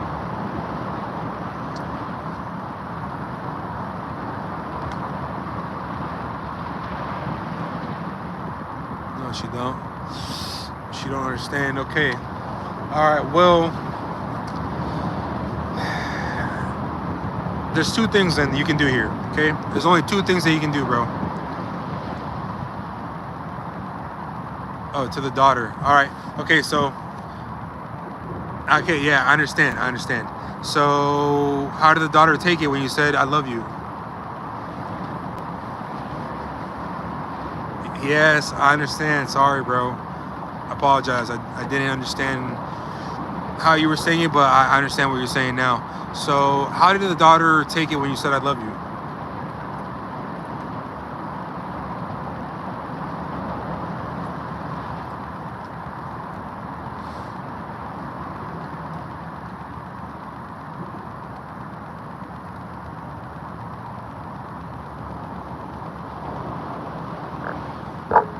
did the daughter take it in a good way when you said I love you, or did she take it in a bad way? She said, stop, you'll get me in trouble, but we deleted the text and your mom found the deleted text. Ooh. Yeah, so the thing about deleting text is that if parents really want to, there's this thing, a transcript, right, of messages. And I know this because I got in trouble with something similar when I was a kid, right? Parents can ask for a transcript of messages. And so, you know, if the mom got mad because of this, it's probably because they don't know what her mom probably thinks that you're just trying to, you know, hit it, right? I hope you know what hitting means. Well, if you don't, I'm pretty sure you do. You're 12. You should know.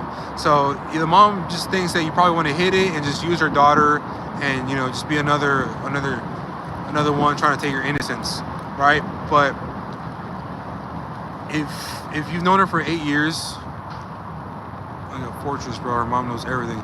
Yeah, we'll see. Then if she knows everything, so you're not gonna be able to sneak around, and the daughter won't be able to just, you know, hit you up. And if you really like this girl, you're gonna have to just, you know, put your big boy pants on, bro, and talk to the mom, talk to the parents.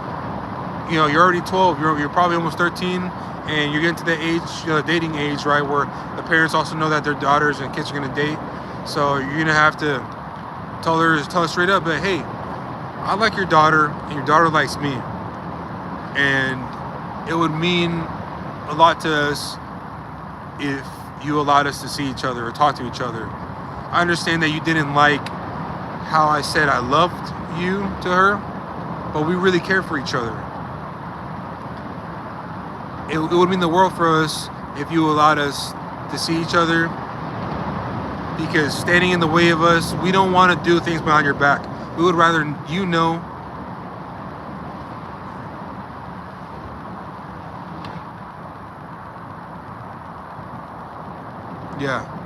Yeah. Well, we'll see, like, what I was saying right now, kind of take what I'm saying and use it as, like, you know, you can say exact, like, verbatim, or you know, alter it a little bit, but just go to the mother and be like, hey, Mrs. So-and-so, I want to talk to you for a few minutes. So, as you know, I really like your daughter, and your daughter likes me, and I know you didn't like that message that I sent her, but I mean it, and it would mean a lot to us if you allowed us to see each other, because we don't want to do it behind your back. Oh, well, it's okay. I mean, it'd be a bad thing if she was younger than you. So since she's older than you, trust me, bro, that's the least of the worries, you know? If the ages were reversed, then the parents would be a little more inclined to be like, no, you're 2 years older than my daughter, you know what I mean? But the age, don't worry about that. I promise you, that's not gonna be a problem. They're gonna see a lot of maturity in you going and telling them this, and you're gonna seem older than what you are. And I promise you, that's gonna gain some respect. And if it doesn't, well then, bro, like I said earlier, the only thing you can control in this world is yourself, your thoughts, your attitude, you know? And so, what's up, real nigga? How's it going? Yeah, but hey, real, hold up, Barley, before I finish that. Hey, real, if you have anything you want to say, bro, any questions, you want to get some off your chest, you know, this is a safe space to talk, bro. There's Men's Mental Health Awareness Month. This is what this is all about. I've been out here for about an hour and a half already, and you know, you can scroll up in the comments probably. There's been a lot of people that opened up, some didn't. If you don't want to, that's okay. This isn't gonna be the last time I do this, but I just want you to know that if you want to just sit and listen, that's okay. If you want to express something, bro, by all means, I'm here to listen, and I'm here to help with whatever I can. So, Barley, going back to that, is that, like I said, the only thing you can control is yourself. And if the parents don't want to listen, if they don't want to allow you guys to see each other, it's gonna come down to the daughter, right? It's gonna come down to the daughter, you know, but to a certain degree. But really, bro, there's not much you can do because it's her parents at the end of the day. You're just gonna have to bite the bullet. You know, you're just gonna have to see each other at school and just make the best with it. If you really like this girl, you know, you guys will find a time. You know, I know it's summertime right now, probably wherever you're at in Tennessee. I think it's summertime for you guys too. But yeah, it's just you're not gonna be able to do much, bro. If you reach out to them with respect, like I said, talk to them. Show, you know, as a young man that you are, tell the mom your intentions. That's all you can do. Everything else is on their plate and out of your control, bro. As much as, you know, we want to sometimes be in control of everything and you know, have our hand in everything, we only have 2 hands and 2 feet. And God gave us 1 mouth and 2 ears for a reason. And hopefully the mom can find it in her to listen to you. And if she doesn't allow me to talk to her, well, so be it. We won't talk too much. Then we just kind of sit on the steps and talk. But her mom does not like me going off to places with her. And she switched. Oh, shit. Well, so see, you don't want her to switch schools. And see, if you can still talk with her, just sit on the steps, bro. I'm going to tell you this. A win is a win any way you can take it. If you really like this girl, I know you say you guys have already known each other for 8 years now. If you really like this girl, bro, if that's all you can get for the mom, just take that. And I promise you, with time, yeah, I can't be racist. I'm Mexican, bro. And plus, I just got off work. I work in sales, so it's a polo shirt. You know, should I cover it up? Does that help? But anyway, Barley. So Barley, like I was saying, is that if you were like this girl and the only place you guys can be together is on the steps, on the stairs, then just take that, bro. Take that, and I promise with time, the parents will see that, hey, okay, this kid is actually, you know, he has some good intentions. But you have to talk to them like I told you. You have to be straight up with them and tell them what's up, like I said. It doesn't have to be exactly like how I said, but most of, you know, the majority. Use what I told you. If you want me to repeat it, I can gladly repeat it. But once you do that, and if it's still, they don't want you guys to go off somewhere by yourselves, but she still allows you to see her daughter, that means that they're trying to work. That's a way of showing you that they're allowing you to work that trust, right? Because, I mean, if she's 14, they know that, you know, she probably wants to smash, right? And that's what they're afraid of, right? They want to keep their daughter safe. And, you know, they're trying to keep it away from boys. So that's where you're going to have patience and just know what you want. If you really want to be with this girl, and that's as much as you can get, just have patience, my brother. But yeah, she's got to switch schools because some girl called her a bitch and parents don't want her exposed to that. Oh, shit. Well, when do you guys get to see each other then? If she switches schools, like when you guys hang out, is it outside of her house on the steps? Is that what you meant by you guys just get a, you know, talk on the steps and sit there?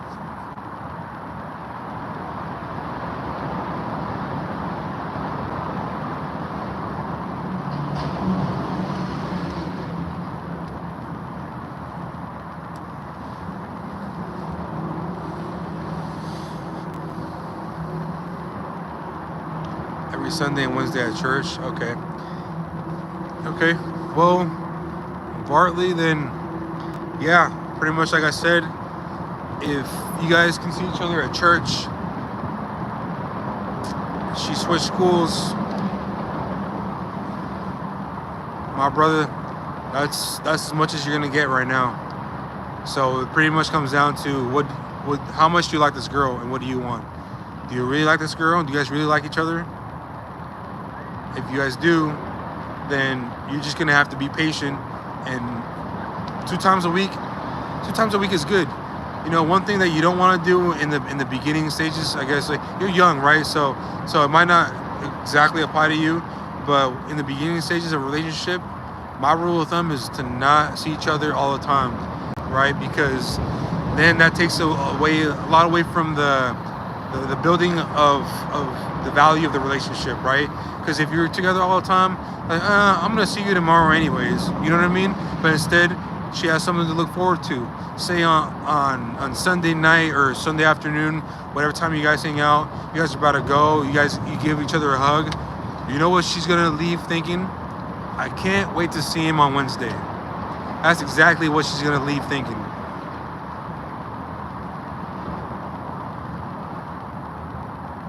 Oh shit. Okay, well then in that case, Bartley, you gotta take the initiative.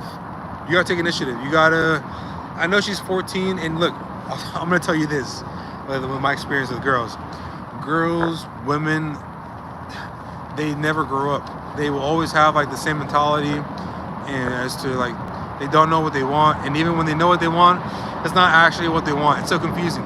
It really is. But this is where you kind of got to, you know, like Trump said, right? The first thing of being a good salesman or negotiator is being able to walk away, right? So you have to approach this girl and tell her, hey, so I like you. If you really like me, that the way that we say we do, and if you really want what we said we want, this and that, well, then this is how it's gonna have to be, or this is what we're gonna have to do, something, communicate, right? But and then she will tell you where she stands. She'll tell you, hey, you know what? I do like you, but I don't get to see you enough. Then that kind of makes it to where, okay, can you control that situation too? Can I control like when I can see her? No, you can't. So eventually it's just gonna die off, right? If she says, I really like you, I want to keep seeing you, but our parents are just in the way. Okay, you know what? That gives you hope. That means that, hey, it doesn't matter how many times a day or how many times a week you guys got to see each other, she's gonna be there, right? So it just comes down to you talking to her. And I know you guys are still young, but you know, you're old enough to make some decisions for yourself. So is she, you know. So that's your best approach for that, bro. What do you think?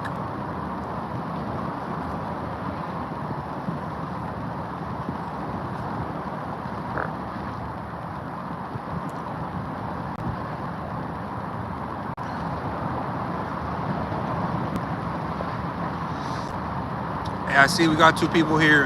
Who else is here besides Bartley? Give me a thumbs up. Give you a shout out. Like I said, I don't know if you have already heard the spiel, but hey, this is a safe place. You can, you know, ask me questions. You can get whatever's on your chest. You can, if someone's burdening you, whatever your problems are, I don't judge. You know, I'm here to listen. Whoever's here too, we're all some of the same boat. We're all men, and to the same extent, we kind of have the same life. And see, and trust me, well, because of all this, and trust me, she's not interested in sex, so we are safe with that. Okay, well, and that's kind of good, I guess, you know. Kind of good for you guys, kind of good for her. So, and well, what do you think about what I told you? Those two approaches. About if you ask her what she's feeling, and she tells you, hey, you know, I like you, but I don't like that we can only see each other so many times. Well, then that just tells you, hey, since seeing her more times is out of your control, eventually he's gonna die out. So you just bite the bullet then and say, okay, well, we just, you know, call it quits right there. Or the second one, she said, hey, I like you, I love seeing you, or I like to see you too, but my parents don't let me be with you. Then, hey, the best thing you do is just do what you guys do, and just you know, tell her, okay, well then if you want us to keep seeing each other, we can only see each other here at church. That's fine. You know, play the romantic way. And it's pretty romantic if you do that. You know, if you guys decide to do that. I had a relationship like that, but it actually just died out a couple weeks ago. Pretty sad. I can tell you guys after you answer the question, but tell me, do you kind of get what I'm saying? Do you see that either of those two answers will solve your problems, or at least that problem of the relationship?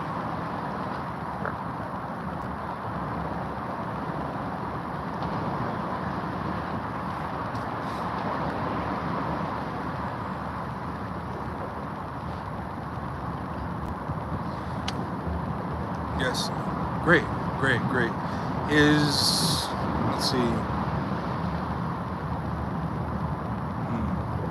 Well, then I'll tell you a little bit about what happened with my situation. So I was kind of your age actually. I was 13 when I first moved to Mexico, and I started going to church with my cousins and their family. They're really religious, super religious, and so I met this girl. Her name was Gali, and I thought she was like the most beautiful thing I ever seen at the time, right? And she was, now, I mean, we just pretty much called it quits about a week ago. She said she doesn't want to talk to me anymore, and I kind of ruined it too. But I'll get to that in a second on how I ruined that. But what the fuck, raccoon. But so yeah, so we started talking, and I'm gonna tell you what the Latina baddies will screw you over. Yeah. Got. Let me take a little sip for that one, bro. How do you know about them Latina baddies, bro? You're too young for that shit.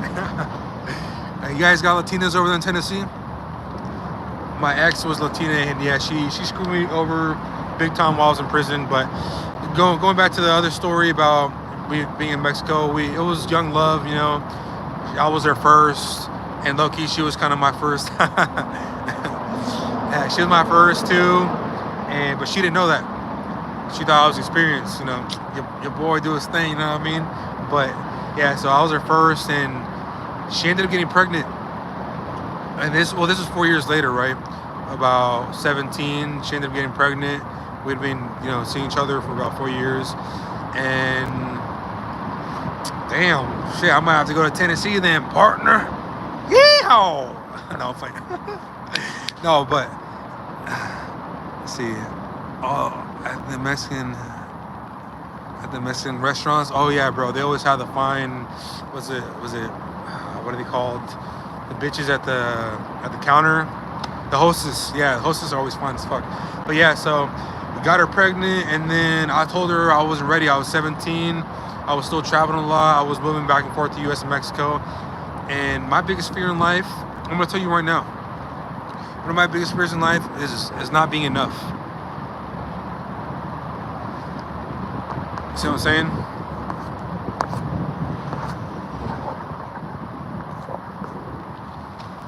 My biggest fear in life is not being enough, bro. Like, and by not being enough, I mean having a kid and then splitting up, right? And then having that kid have a single family, or like, you know, having split up. You know, that's always been my fear. You know, that's why I don't have any kids right now. I mean, I had the opportunities, yeah.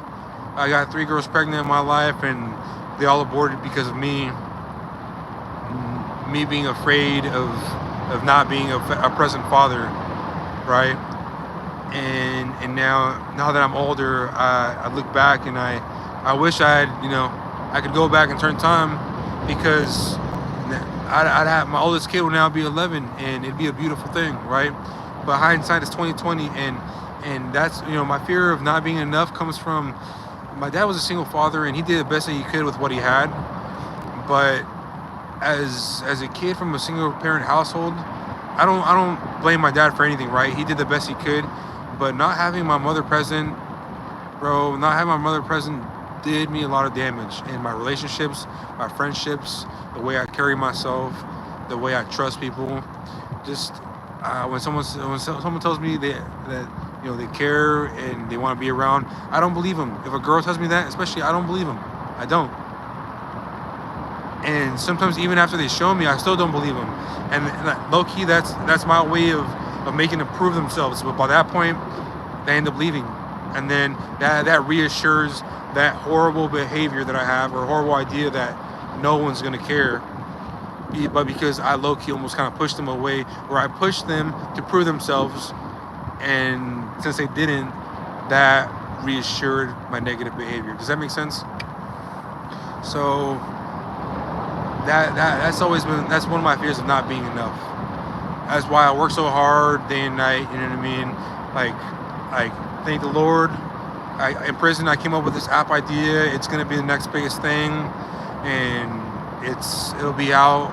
It'll be launched in about month and a half. I have a rough launch here in about a week or two, but that's just to get some exposure for that. But yeah, I work a lot, bro. I'm up at 6 in the morning, going to run, and then I work on my app, do homework because I'm going to barber school. I'm going to be a barber, and then I make a lot of videos, although I don't get too many views on them. But I also have a moving company that I manage. I work in sales too, and then sometimes it's door to door too, following leads. And then after school, I go home and go do some more homework and call it a night. I was seeing this girl, and my desperateness almost for love kind of screwed it over in a way, because I got too comfortable with her too quick, and then she took that as a way of, oh, this guy might be a player, or this guy, he's a little like, I'm gonna say he gets too comfortable too fast, and she didn't like that. And yeah, well, I'm gonna tell you this is what she told me. And up until about 2 weeks ago, I was broke as fuck. Like that girl, I saw her for the first time at the lake, and we were on boats, and she almost fell into electrical water space, and you caught her, and her mom got really mad at me for touching her. What the fuck? Her mom got mad at her for you saving the daughter's life? Bro. Yeah, I wish you the best of luck with that mom, because definitely you're gonna have a little bit of trouble there. But like I said, as long as you approach with respect and carry yourself as a young, respectable young man, and whatever you do, do not be emotional. Don't be emotional. If you think you're gonna cry, get it out of you before you go there. That way, when you go there, you're just, you're stoic. You know what I mean? No, I don't say look like a fucking stone, right? But don't be emotional, because that's just going to show immaturity. You want to look like a mature young man that knows what he's talking about, and someone that is capable of, seeing their daughter. Pierce, hey, how's it going? Thanks for joining, Pierce. So I'm still here, and this is a safe space, bro.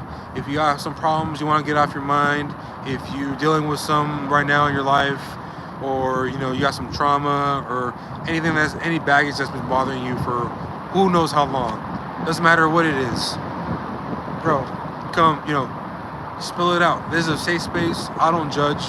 And if you don't want to talk about anything, that's fine. You can just listen to me talk and answer other questions, and whenever you feel comfortable, go ahead and shoot a question, or ask a question, whatever you want to do. This is the spot. You know what I mean? It's okay to be here, and it's all for men's mental health awareness. The thing about men's mental health awareness is that it's a time and place. You can't expect to share stuff with someone that's not ready. You can't expect to share stuff with someone that doesn't understand. I might not understand your exact situation, but through my life and trauma, I understand certain problems, and I know how to analyze. Okay, maybe it's not exactly what they were into or they went through, but as a man, we have all almost traveled the same path, right? And so, like I said, it's all about time and place. This is the perfect time, the perfect place, and don't hold people, don't hold it against them if you ever open up to somebody like after this and they don't know how to receive it. You know why? Because some people aren't ready for that conversation. Some people aren't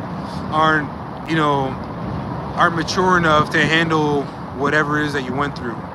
You know what I mean? And you're just somehow, by the grace of God, you're still handling it.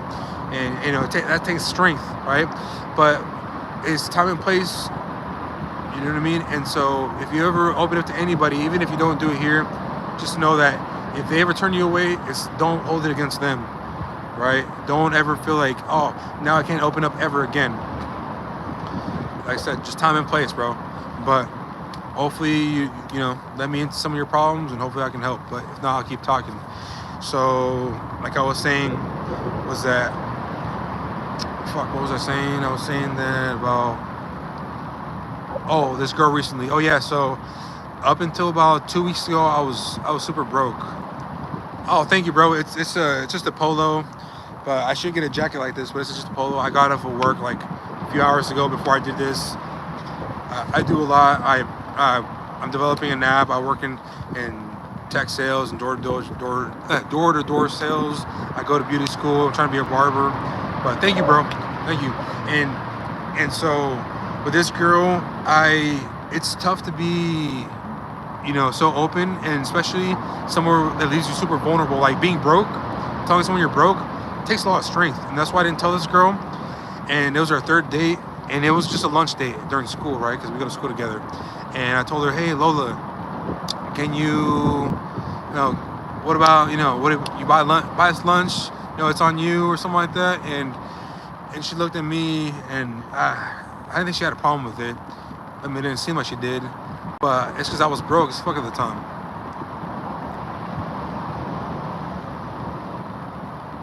I know, right? Let her daughter die in the lake, bro. Yeah, she should be thankful. But no, yeah. And so I let this girl pay for lunch, right? And I was gonna pay her back because I was expecting money to come in. Like now, I'm doing way better now. I got about 10,000 in my pocket, and that's because I sold a property that I had in Mexico. And the way I acquired those properties, I'll get to that here in a bit. But now I have that money in my pocket, and I was gonna take her out, but she told me the other day that she doesn't want to see me anymore. She says I'm a waste of her time because I let her pay for lunch, and that although on her first day I took her to really a pretty nice spot, spent about $110 on her dinner. We were vibing, everything was going great, we were laughing, the topics were there, but yeah, yeah. Now I have just 10K in my pocket. Thank the Lord, the sale went through, but it's crazy how this happened, bro. I'm not a super religious guy, but you just gotta trust the process, trust God's plan, because right before the sale went through, oh, Pierce, I live in Portland. That's Portland right there. That's downtown. But yeah, so it's crazy how this happened. So right before the sale went through, I was literally packing my stuff at home, putting it in boxes, because I'm a felon, and it's really hard for me to find a place to live, right? And so before I found this place, I was actually living in my truck, and my cousin and I share a room right now. And although I only have a mattress in there and some little space for my clothes, I'm super grateful. You know why? Because before that, I was sharing a cell with a fucking smelly ass dude in a prison where a whole bunch of motherfuckers there ODing all day. And so, what's it called? So I was really grateful just to even have a roof over my head. And so I was packing my stuff up, and then I had committed myself to sleeping in a storage unit, because then I'd be able to save enough money to get my app off the ground. I needed 7,000, and I didn't have any money. So I was like, fuck, you know what? If I sleep in a storage unit, I can save that money about 2-3 months, get the app off the ground, start making money through that app, and then, my moving company will do better. Well, the next day, I got a call saying that property had been sold, and that I had that money over there just waiting for me. You have no idea how happy I was. The feeling that I got in my body, it was just goosebumps all over. It was like electrical current. It felt like finally stuff was turning for me, right? Felt like finally things were going the way I wanted it to go.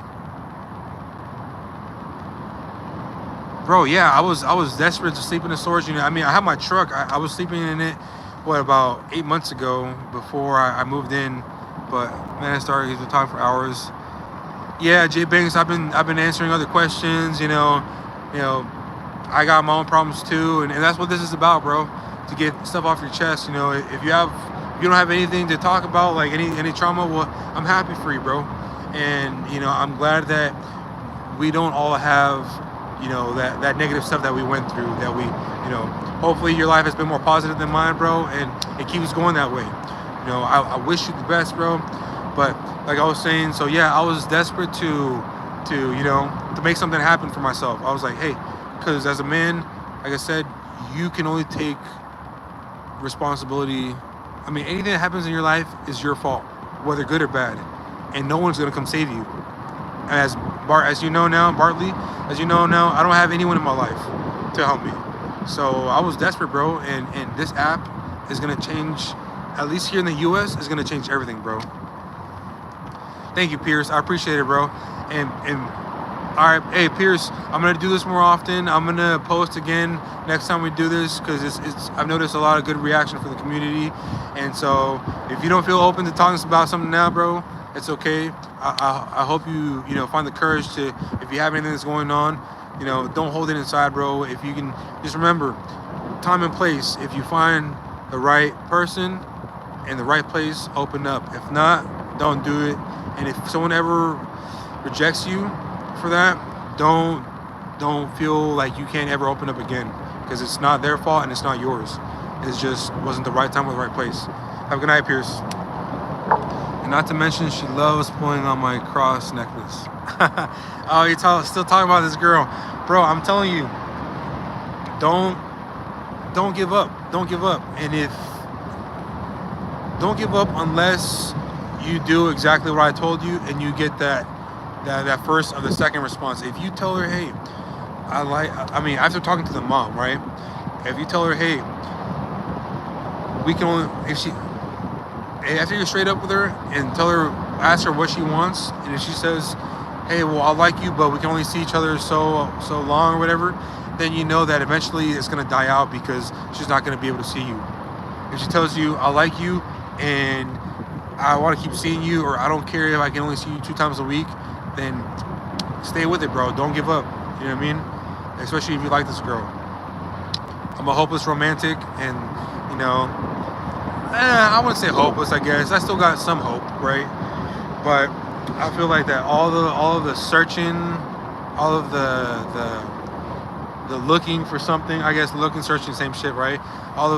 It's maybe not of being desperate, but it's kind of all out of really wanting something. And I think maybe after talking with you about this, maybe I should just stop and just let it come to me.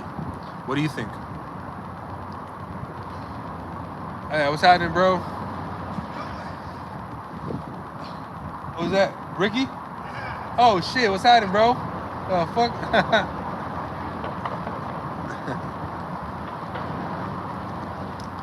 Hey, Bart, you still there? What do you think? 100%? Yeah, bro. Yeah, man. Small world. One of my old coworkers is right here. He just pulled up. I'm gonna say what's up real quick. Funny seeing you here. Did you see me on my live?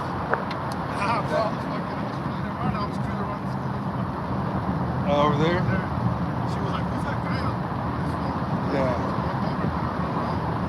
I see your truck. I'm like, wait, it's not you. I can see your hair.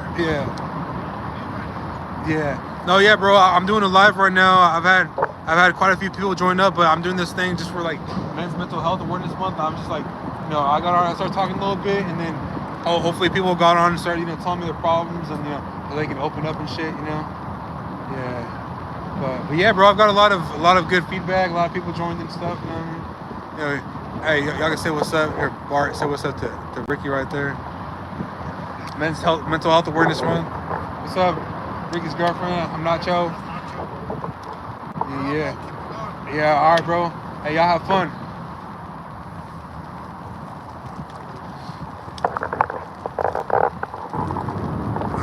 I will come back or come to you if she says otherwise.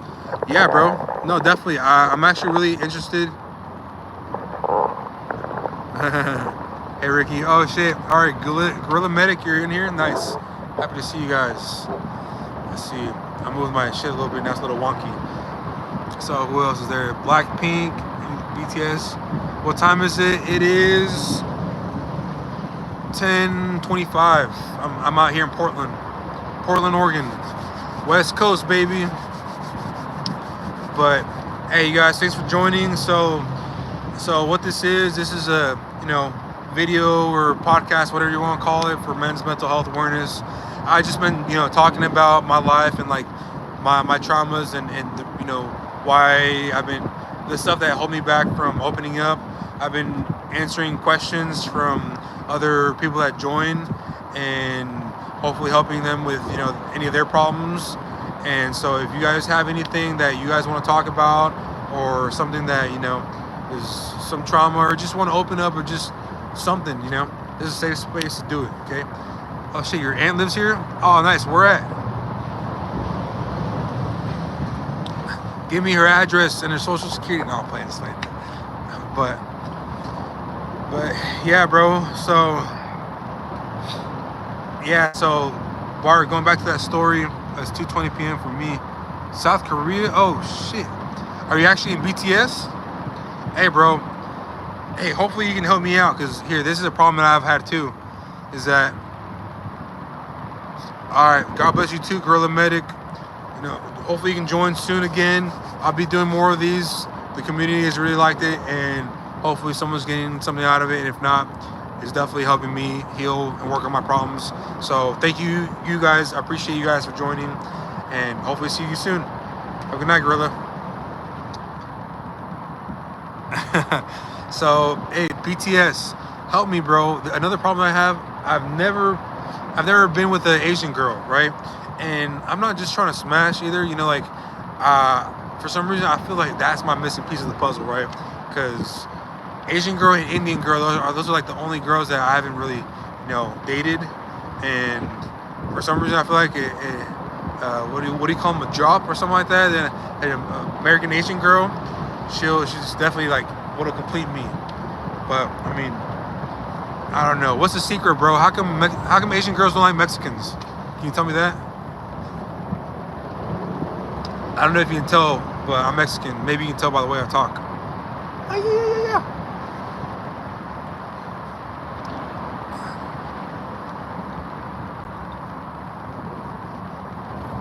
Tell me, BTS, please don't leave. I need to know.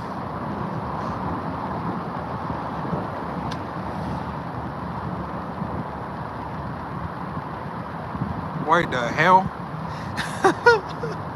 You gave an Asian dude $35 to do that, Bartley? Man, what do you want to give me $35 for? Oh, yeah, Ben's not that far. Ben's about 3.5 hours. Ben's pretty cool. It's actually, growing. It's pretty dope. Pretty cool spot. A lot of good weed if you like to smoke. But from my experience, Asian people don't really like to smoke, or do any drugs. But I don't really do any drugs either. I just drink a lot of it, all the time. No, I'm fine. But BTS, please tell me why do Asians not really mingle with Mexicans? I guess like is probably a stronger word, but mingle would be better, right?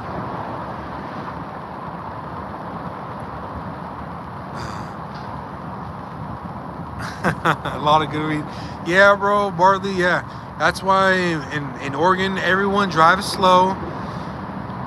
Not many road ragers, and what else? Anywhere you walk, it smells like a skunk, bro. Anywhere you go, it smells like a fucking skunk. But it's cool, better than people nodding off and doing other harder drugs. Although Portland's starting to become like the homeless problem starting to be really bad, but it is what it is. Those are just people that weren't able to deal with their problems, and they found a permanent solution to a temporary problem, and a permanent negative solution. But okay, let's go back to that girl. So yeah, so she paid the meal was only $40, right? But I guess that really made her mad that she paid for it. Later on, I approached her after school. We were talking all day. We'd set up another date. And then she said that, hey, she was really mad about how I let her pay. And I didn't tell her I was broke. Bro, it's not as bad as Philadelphia? Oh, yeah, I know. Philadelphia is really bad. Yeah, but this girl was really mad that I let her pay, but I didn't tell her I was broke. I was too embarrassed to tell her that. And then I just said, hey, you know what? Once I had money, I was like, hey, I was broke. I was just too scared to tell you. And now she's like, I don't care. If you want to apologize to me, you got to do it with money. And then I'm like, I don't know, dude. I'm like, fuck. So then that means that I can buy you your happiness, your apologies, your worth. And yeah, it just my love life is shit, bro. That's why, hey, low-key, I'm a comedian. I mean, I just started doing stand-up. Barley, after this, you should check out some of my videos I posted. So, the crowd thinks it's funny. Some people that are sensitive and like a little more liberal won't find it funny, but I definitely don't. I don't think you have that problem. So I think you might find it funny, especially the one about my sister. Yeah, but hey, so let's see, what else can I tell you guys about? Something that's been on my heart. I'm really glad that I was able to talk about my dad. See, well, for my family, we don't see Mexicans a lot because we are in Korea, but it doesn't mean Mexicans aren't in Korea. But my family, if they aren't nice to us, we will be better than them and not be around people who don't treat us right. Oh, that makes sense. That makes sense, Pink, or BTS. I'll call you BTS if that's okay. That makes sense. I definitely. That's the thing with me though, is that I might look like. I mean, I guess you can't really tell anymore because it's a little dark. Okay, let's see if this light will make it better. Oh shit! See, all right. So I don't look like maybe the nicest guy, right? And plus, I'm always wearing sunglasses because I have bags, if you can't tell. So even indoors, I wear sunglasses, and people think I'm an asshole. People think I'm a dick. People think pretentious and all the other good stuff. But I'm actually a nice guy. If you get to know me, if you actually take the time to talk to me, I'm a nice guy. I'm super respectful. I always treat everyone with respect and the same amount of respect that I want in return. Because the worst thing someone can do, in my opinion, is be disrespectful. And then, I mean, worst thing, like, at least to me, obviously you can't rape me, or, be a pedophile to me, but so that's what I mean in that situation. But the worst thing someone can do to me is be disrespectful, because then I lose respect for that person. And yeah, I just, for some reason, Asian women, they just haven't gravitated towards me. I don't know. I'm not sure why. But I'd love me a nice Asian girl. A little short, nice, thick Asian girl with some nice hips. But anyways, let's get back to what you were saying. So, God, bro, I bought a lot of shit for this girl, and money can't buy everything. But I kind of gave this girl $200 for her birthday, and it was hard earned, and I mowed 89 yards or lawns for that shit. And her mom got pissed that you gave her money? Damn, bro. Fuck. So, yeah, Bart, I'm sorry, bro, but you're just gonna have to. With this girl, I feel like I can almost hear her fear of her parents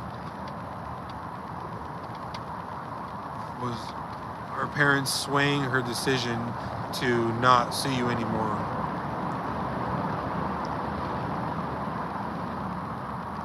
Alright, BTS, it was nice talking to you, bro. Hey, I hope you guys have fun later. Say what's up to your friends for me. Hey, dude, also, I know that you didn't, open up or anything like that, but if in the future, I'll be doing more of these, right? Maybe once a week or once every 2 weeks. But, this is a safe space. If you ever want to open up to somebody, just remember this. It's all about time and place, okay? Just because they couldn't receive what you were telling them doesn't mean you shouldn't ever open up to anybody.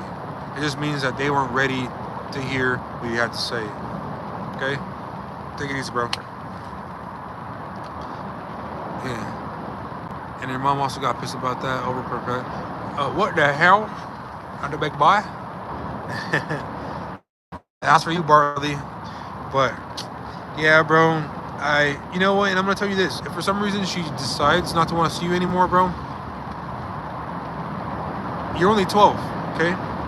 You're only 12. There's plenty of women in the world, and I know I should take my own advice on that, right? And I've had my fair share of good women, like wifey material women. But I just, with my problems of not being able to trust people, my fear of not being enough for anybody, that has, ruined a lot of my relationships. I have ruined a lot of my relationships because of that. Not that has ruined, I have ruined my relationships because of that. Better yet, that's a better way to word it. I need to take responsibility for having that fear, because that fear is, although it was instilled in me from something outside of me, I'm the one that gives it power because I allow it to still control me.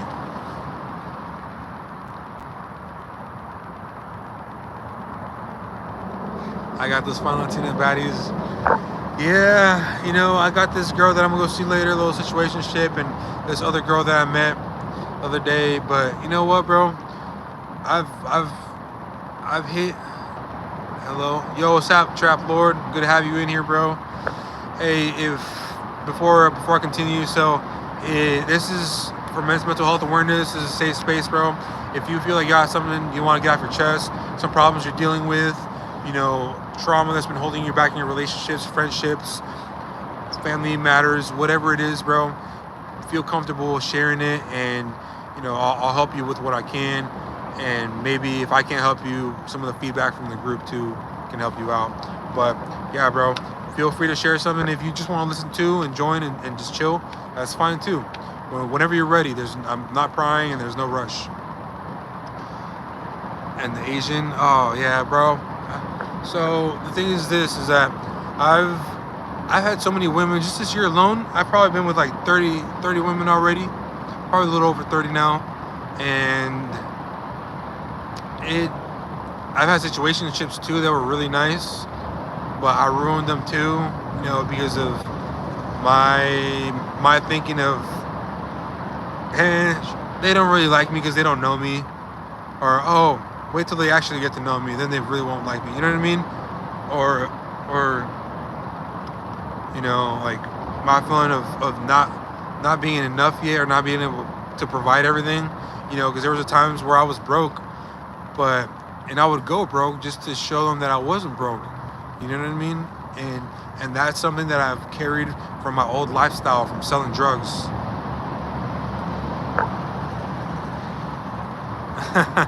Yeah, bro. Yeah, I'm ugly. Yeah, but I'm a player. And that's kind of good and not a good thing. Because like I was just about to say, is that this girl I'm about to go see tonight, she wants to smash, but I want something more than that. I'd love a girlfriend. I would love to find that one, I guess, that everyone always talks about. The one. Bro, I feel like I'm gonna spend my whole life searching for that damn one and never find her. And part of me has come to realize that, hey, it's okay. It's starting to accept it, but the other part of me doesn't want to accept that, because I'm a good guy. I believe I'm a good guy. I have principles. I carry myself with respect. I respect everyone else. I'm a pretty normal dude. I don't. I like feet just as much as you guys do. No, but no, I'm a pretty normal dude, and like I'm not a weird guy, whatever. But I feel so that's why I don't want to accept the fact that there's no one out there for me, that one person. Let's see, who is it? Dead Girl. Hey, what's up, Dead Girl? Hey, thanks for joining. So like I always say, so this is men's mental health awareness. What I'm doing is I'm talking a little bit about myself, my experiences, my traumas, my fears, in hopes to get other guys to do the same and open up and what's it called, feel comfortable sharing, and kind of take away that stigma from, oh, just because you open up you're weak, or the fear of, if I open up someone's going to use it against me. I'm not going to be able to use anything against you guys because, you know, at the end of the day, you guys are there and I'm here, right? And so that's a good way to practice opening up to people. And so just because it's mental health awareness doesn't mean you can't take something from this. You know, I'm sure you have a father, a brother, a cousin, uncle, maybe you might even have a son. And if you don't, well, you might have some experiences or traumas that you know, could help you too. I'm 28. I'm 28 here. Yeah, just so you guys can see me a little more. But let's see, feet. Oh yeah. I did say feet, huh? Shit happens, I guess. Shit, man. I got my own pain going on. I just got a divorce from my wife. Damn. So how was that, bro? How you been dealing with that? I can't relate. You know, I've never been married. My longest relationship was about 5 years. Felt like I was married, right? But I can't relate to that exactly. But elaborate, you know, talk to me. How has that been for you? How have you been taking it? How have you been? Pretty much, you know, just how you been? While you answer that question, I'm going to talk a little bit more about myself and then answer any other questions. Dead girl, how old are you? I know Bart here. He's been here since the beginning. Bart is 12.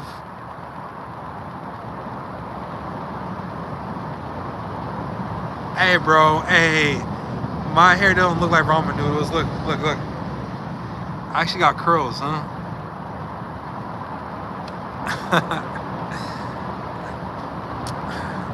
Why you gotta do me like that, Barley? No, I'm playing. It's cool. Ramen noodles are good. You know, hopefully I get Asian girl like that, bro, because I know they like ramen noodles. No, I'm playing them. So I'm also a little comedian. You know, sometimes after this, you guys can check out my account, see my jokes and stuff. You know, I believe in laughter over crying. You know, because you know, not much is worth crying or being sad over. One day sadness will come, and that's the day you should be sad. But over minor stuff, if you can laugh, bro, just laugh. You know what I mean? But you're old. How old is old? Bartley, you my guy though. You're my guy. Let's go Tennessee. All right, so it sucks. Up, but mostly downs. We're still friends. Our lives are entangled, so it's hard finding myself without my wife.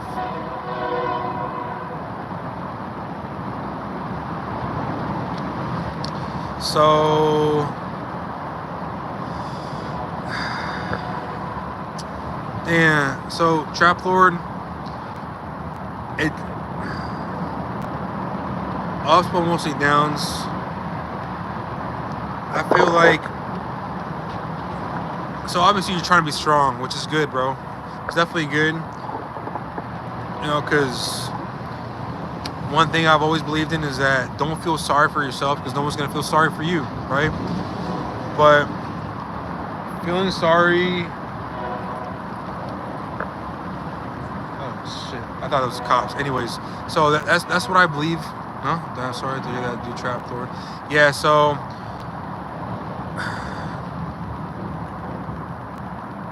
I could tell you a lot of things, but it all depends on how you could actually, on how you're willing to, you know, stick to them. So from my experience, so I've had a lot of girlfriends, bro. I'm sure you guys missed this all here not that long ago. So I've had plenty of relationships just this year alone. And so I've got experience with relationships, and I'm not friends with any of my exes because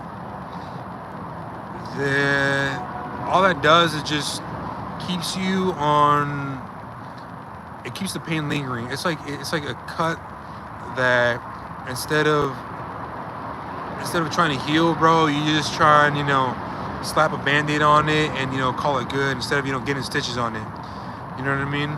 That's a way I could put it. Or kind of like a cup that has cracks in it.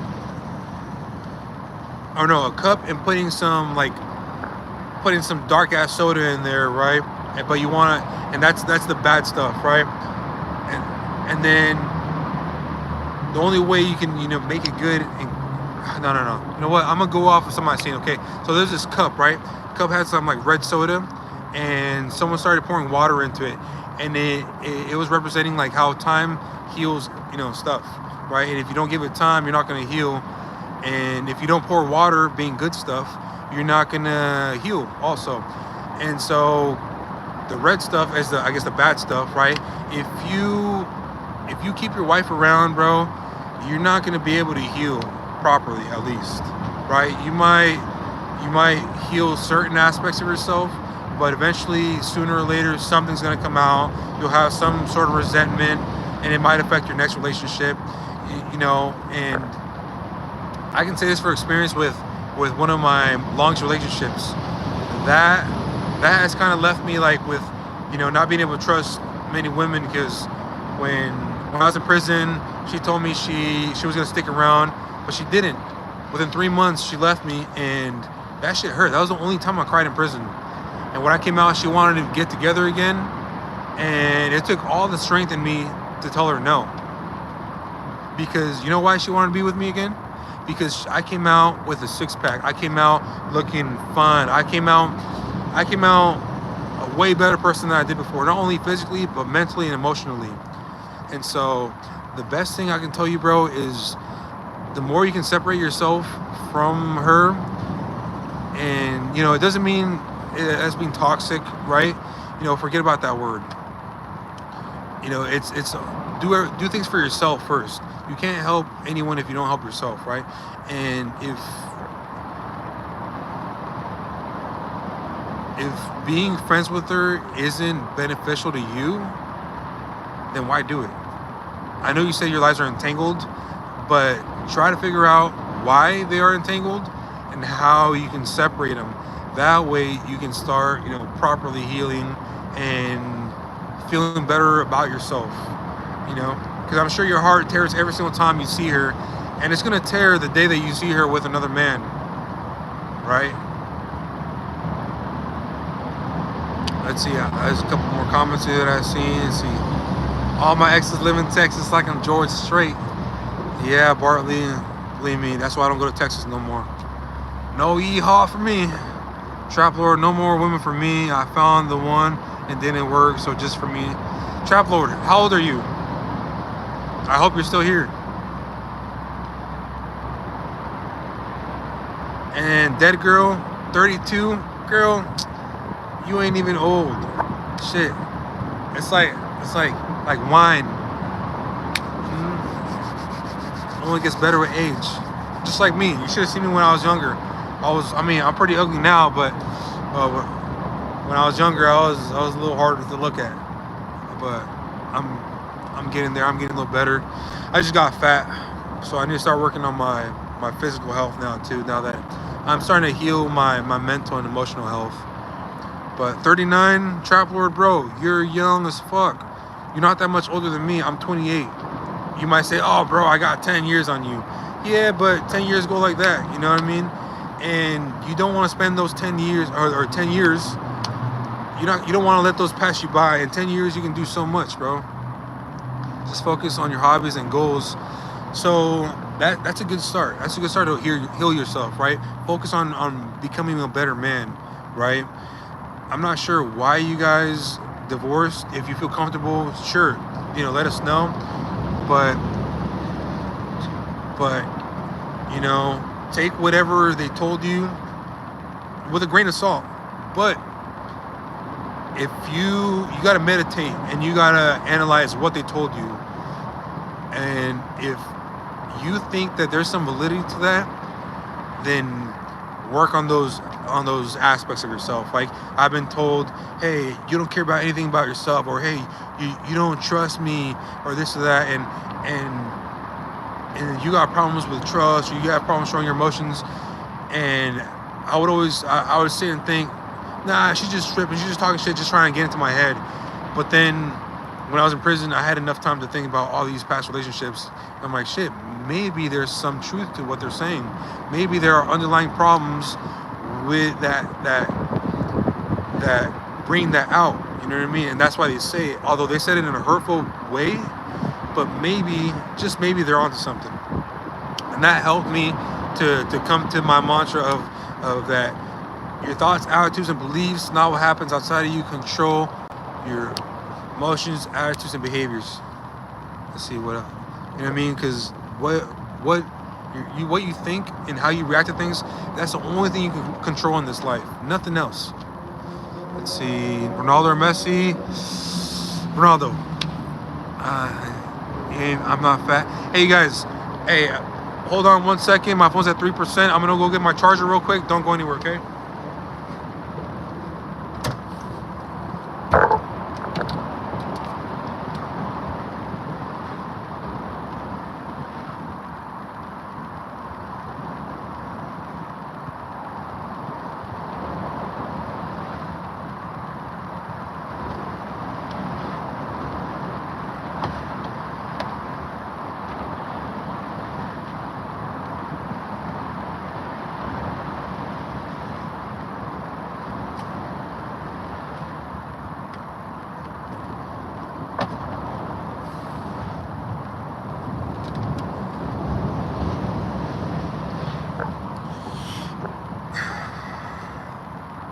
All right.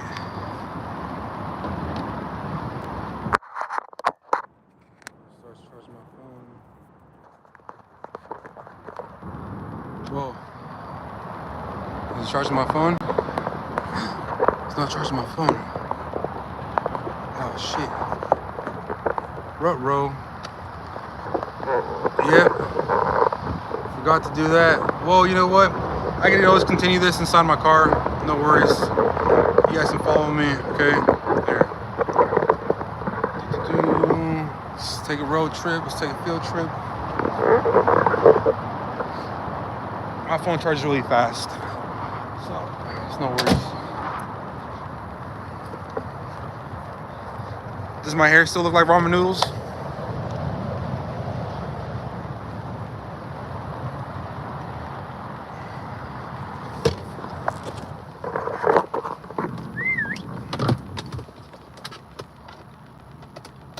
Hey, whoever told me to check my battery, thank you for the heads up. Really appreciate that. A little too late. Nah, we're back. All right.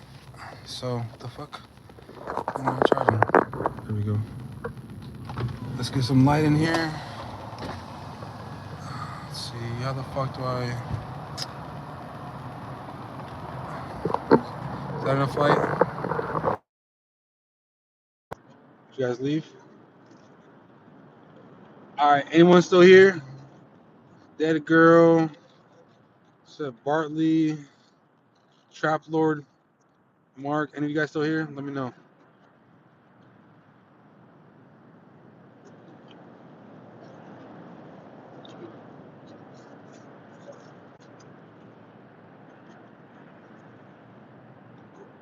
Cool. Cool. All right. How's that? You guys can see me all right? Hope you guys can see me all right. It's all right. You guys don't want to see me anyways. I want to break your phone screen. Okay, so let's see. Thanks, no, you ain't fat. Girl, you just being nice. I'll give you my number later. No, thanks. So let's see. You can sit inside all day, get hurt, run play, swim, kiss women, get the cops calling you a couple of times, don't get arrested. You can just maybe it again, just go through your phone. Hmm. Yeah, that girl give me a flower. Cool. The reason is too long to explain. All 20 years of lives to unwrap. I know what I have to do to move on. It's just hard for me to do the steps. I know other men have it harder than me. You know, Trap Lord, don't ever compare yourself or your situation to anyone else's. I'm sure that's something you've already heard and something you already know, right? But it's difficult for us to actually practice because you know it, and it in a way you probably do it to like make yourself feel, you think it'll make you feel better, but it doesn't heal you, right? It doesn't make you feel better because, on the contrary, what you're doing is just making yourself feel like shit, right? You're just making yourself feel like shit by extension because you're comparing your problems to someone else's and saying, oh wow, if they can handle their problems, then I must be, not as strong, or I must be, weaker. I mean, how can I say is, I must not know how to deal with things. You know what I mean? This or that. So it's never good to compare your situation to anyone else's because, that brings you down at the end of the day.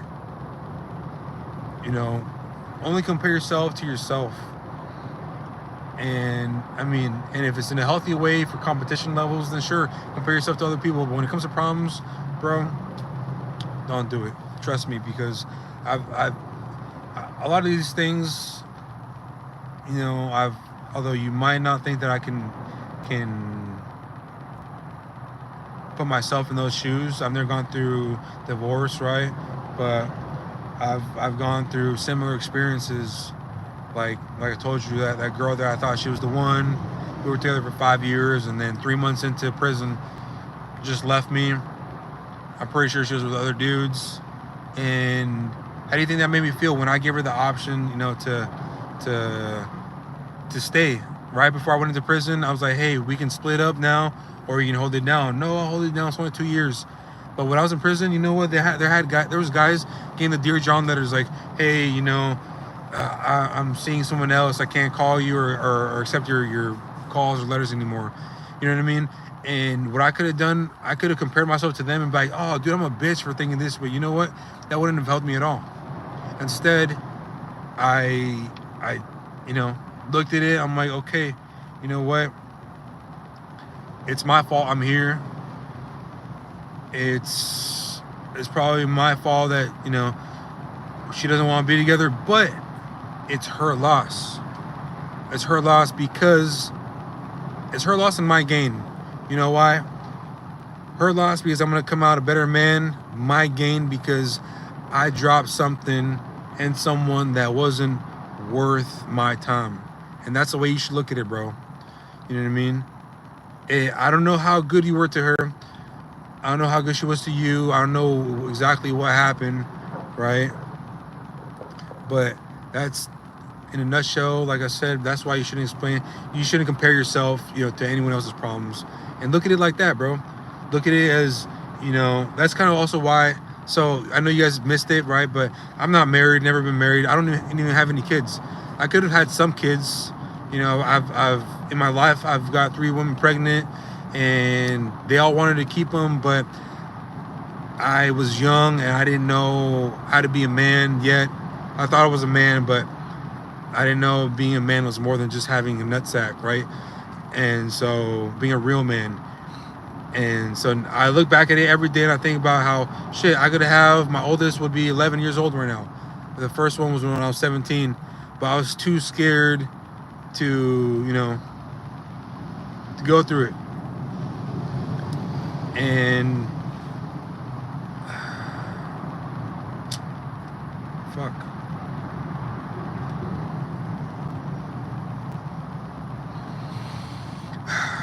But see, so don't put yourself in that box, bro. Don't say that that's the last one for you. I would hate for you to do that to yourself.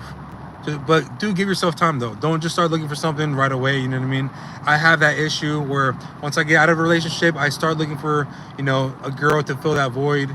And then maybe I find a good girl, but I ruin it because I haven't yielded from that past relationship, and I'm bringing my bullshit into the next one, And so give yourself time, though. Yeah, focus on your hobbies. Fucking hit the gym, bro. I don't know what you look like. If you're already ripped, well, then hit the books. If you're already smart, well, then learn how to play an instrument. You know what I mean? What? I don't know. Go to a comedy show, poetry, something where you can meet other women, good women too. Don't go to a bar. Don't do that. I'm sure you can find good women at a bar.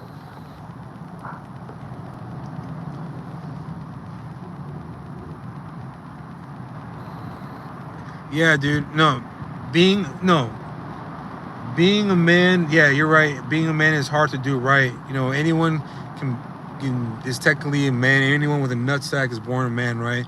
But being a real man, being a good man, is definitely hard because we have to make the hard decisions, that the right decisions, and those aren't always easy.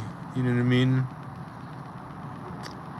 Sometimes it's like sometimes telling the truth. I believe you should always tell the truth, but what I've learned, it should be selective in the moment. So, for example, if I let's see if I could find a good example. My little sister had like a dance thing not that long ago, right? She just graduated in high school, and so she had like a little dance thing or whatever. It was horrible, right? But I told her, hey, it was. I enjoyed coming to your dance thing. You know, it was great. I didn't. I stayed away from saying anything about her, right? Was I lying? No, I wasn't. I enjoyed seeing my sister dance and enjoy herself, right? Was she a good dancer though? No, she wasn't, right? So I, I'm honest to a fault, but I learned to be selective at what time. Now, if she were to ask me later on, hey, what do you think about how I danced? Then I'd say, hey, well, we're not really good dancers. I'm not a good dancer in certain, for certain things, right? So maybe practice a little more, but yeah, dude, that's the tough thing about being a man is that you're expected to be so much and you're given so little, right?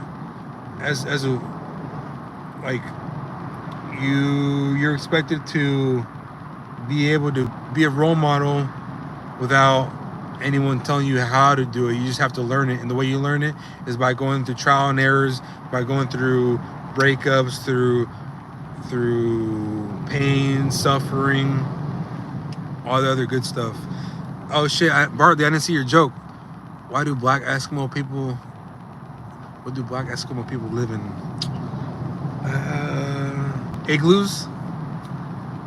I think that's a trick question.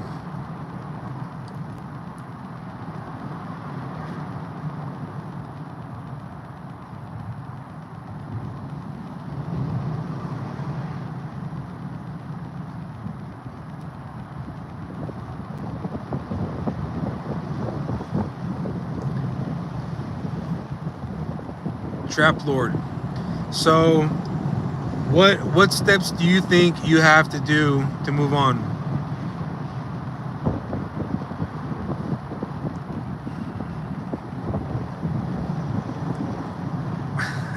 Bro, that makes me so happy. Makes me really happy, bro. Just I can help someone out. If it was just one person I could help out with this video or this is what the that's your step to move on is to buy a Porsche?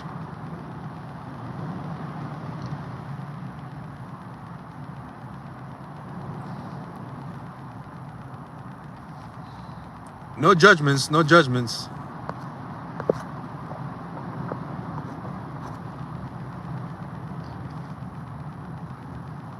Hey, bro, if you got money for a Porsche and if that's what you feel is gonna help you move on, well then, by all means, dude.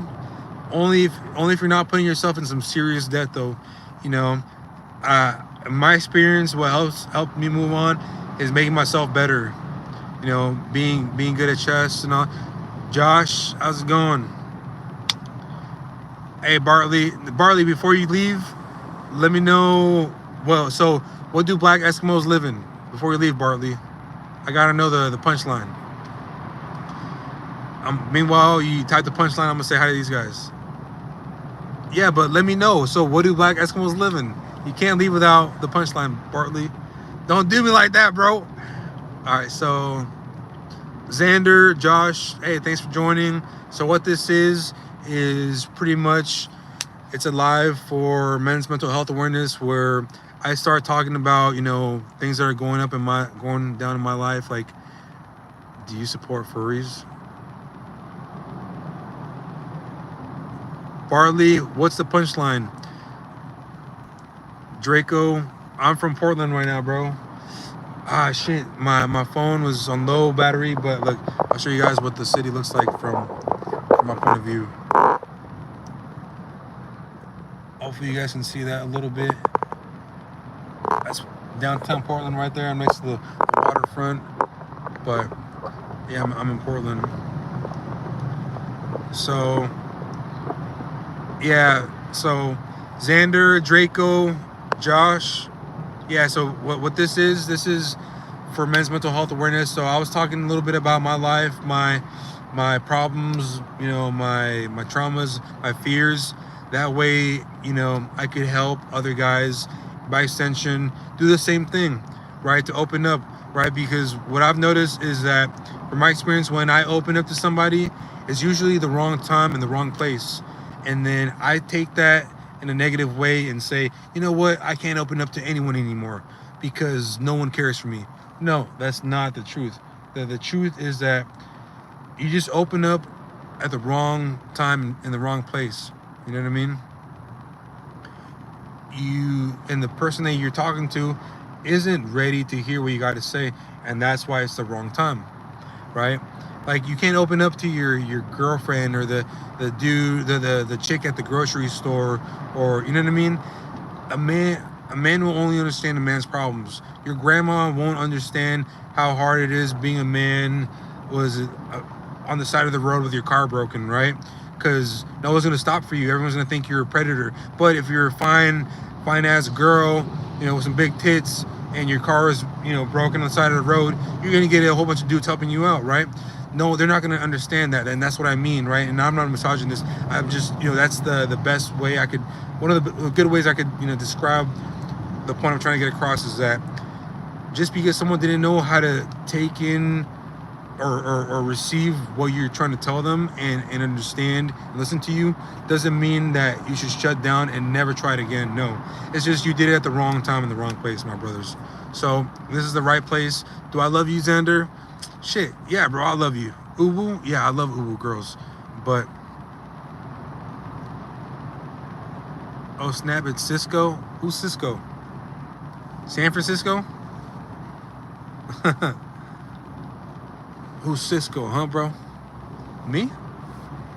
You're talking about me, man? So if you guys got anything that's on your mind, you want to get off your chest, you know what I mean? Something that's been bothering you guys, please, talk to me. I'm all ears. Trap Lord, going back to what you were saying. So working out and finishing your bachelor's degree is the main goal to move. Bro, fuck yeah. I personally, I only believe in school if you know that. So school is a tool, right? Just like anything else, it has specific uses, right? You're not going to get a hammer and hope to fucking take a tire off with it. No, right? So if you're going to get a bachelor's degree, don't do it in art, you know what I mean? Don't do it in, maybe communications, but that's tough. But do something, have a goal already, have steps. Like, okay, so this was my thinking, right, when I first started. So I'm now in barber school. Bartley, come on, bro, I want to hear what Black Eskimo lives in. So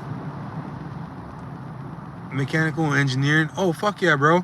I was doing civil engineering before I started barber school. So I just enrolled at PSU for civil engineering. I'm really good at computer design and making websites. Not really any coding per se, but you know what I mean? And so I was doing that, and then one day I cut my cousin's hair, fell in love with barbering, and I'm pretty good at it. I'm arguably one of the best in the school. If anything, there might be one guy that gives me some good competition, but I'm fresh with it, and I got a good plan with it out.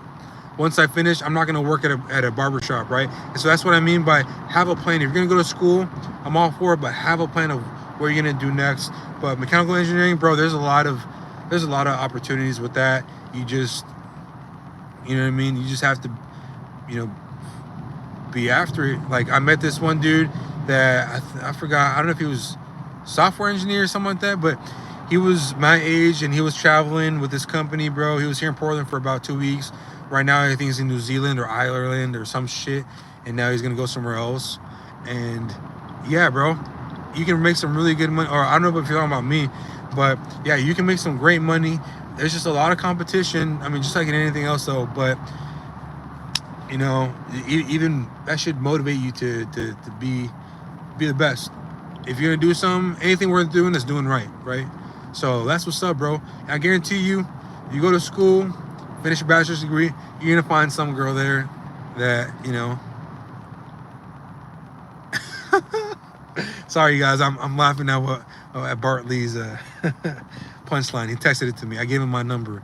But hey, look, so yeah, like I want to keep this going, this community going. You guys don't have to subscribe. I'm not asking for that. But what I do want is for you guys to know that this is a space that you guys can, you know, guys can be guys. We can either just, you know, bullshit around, or we can talk about, you know, things that are going on in our lives without any judgments. Why? Because at the end of the day, all right, Barley, bro, that was funny as fuck.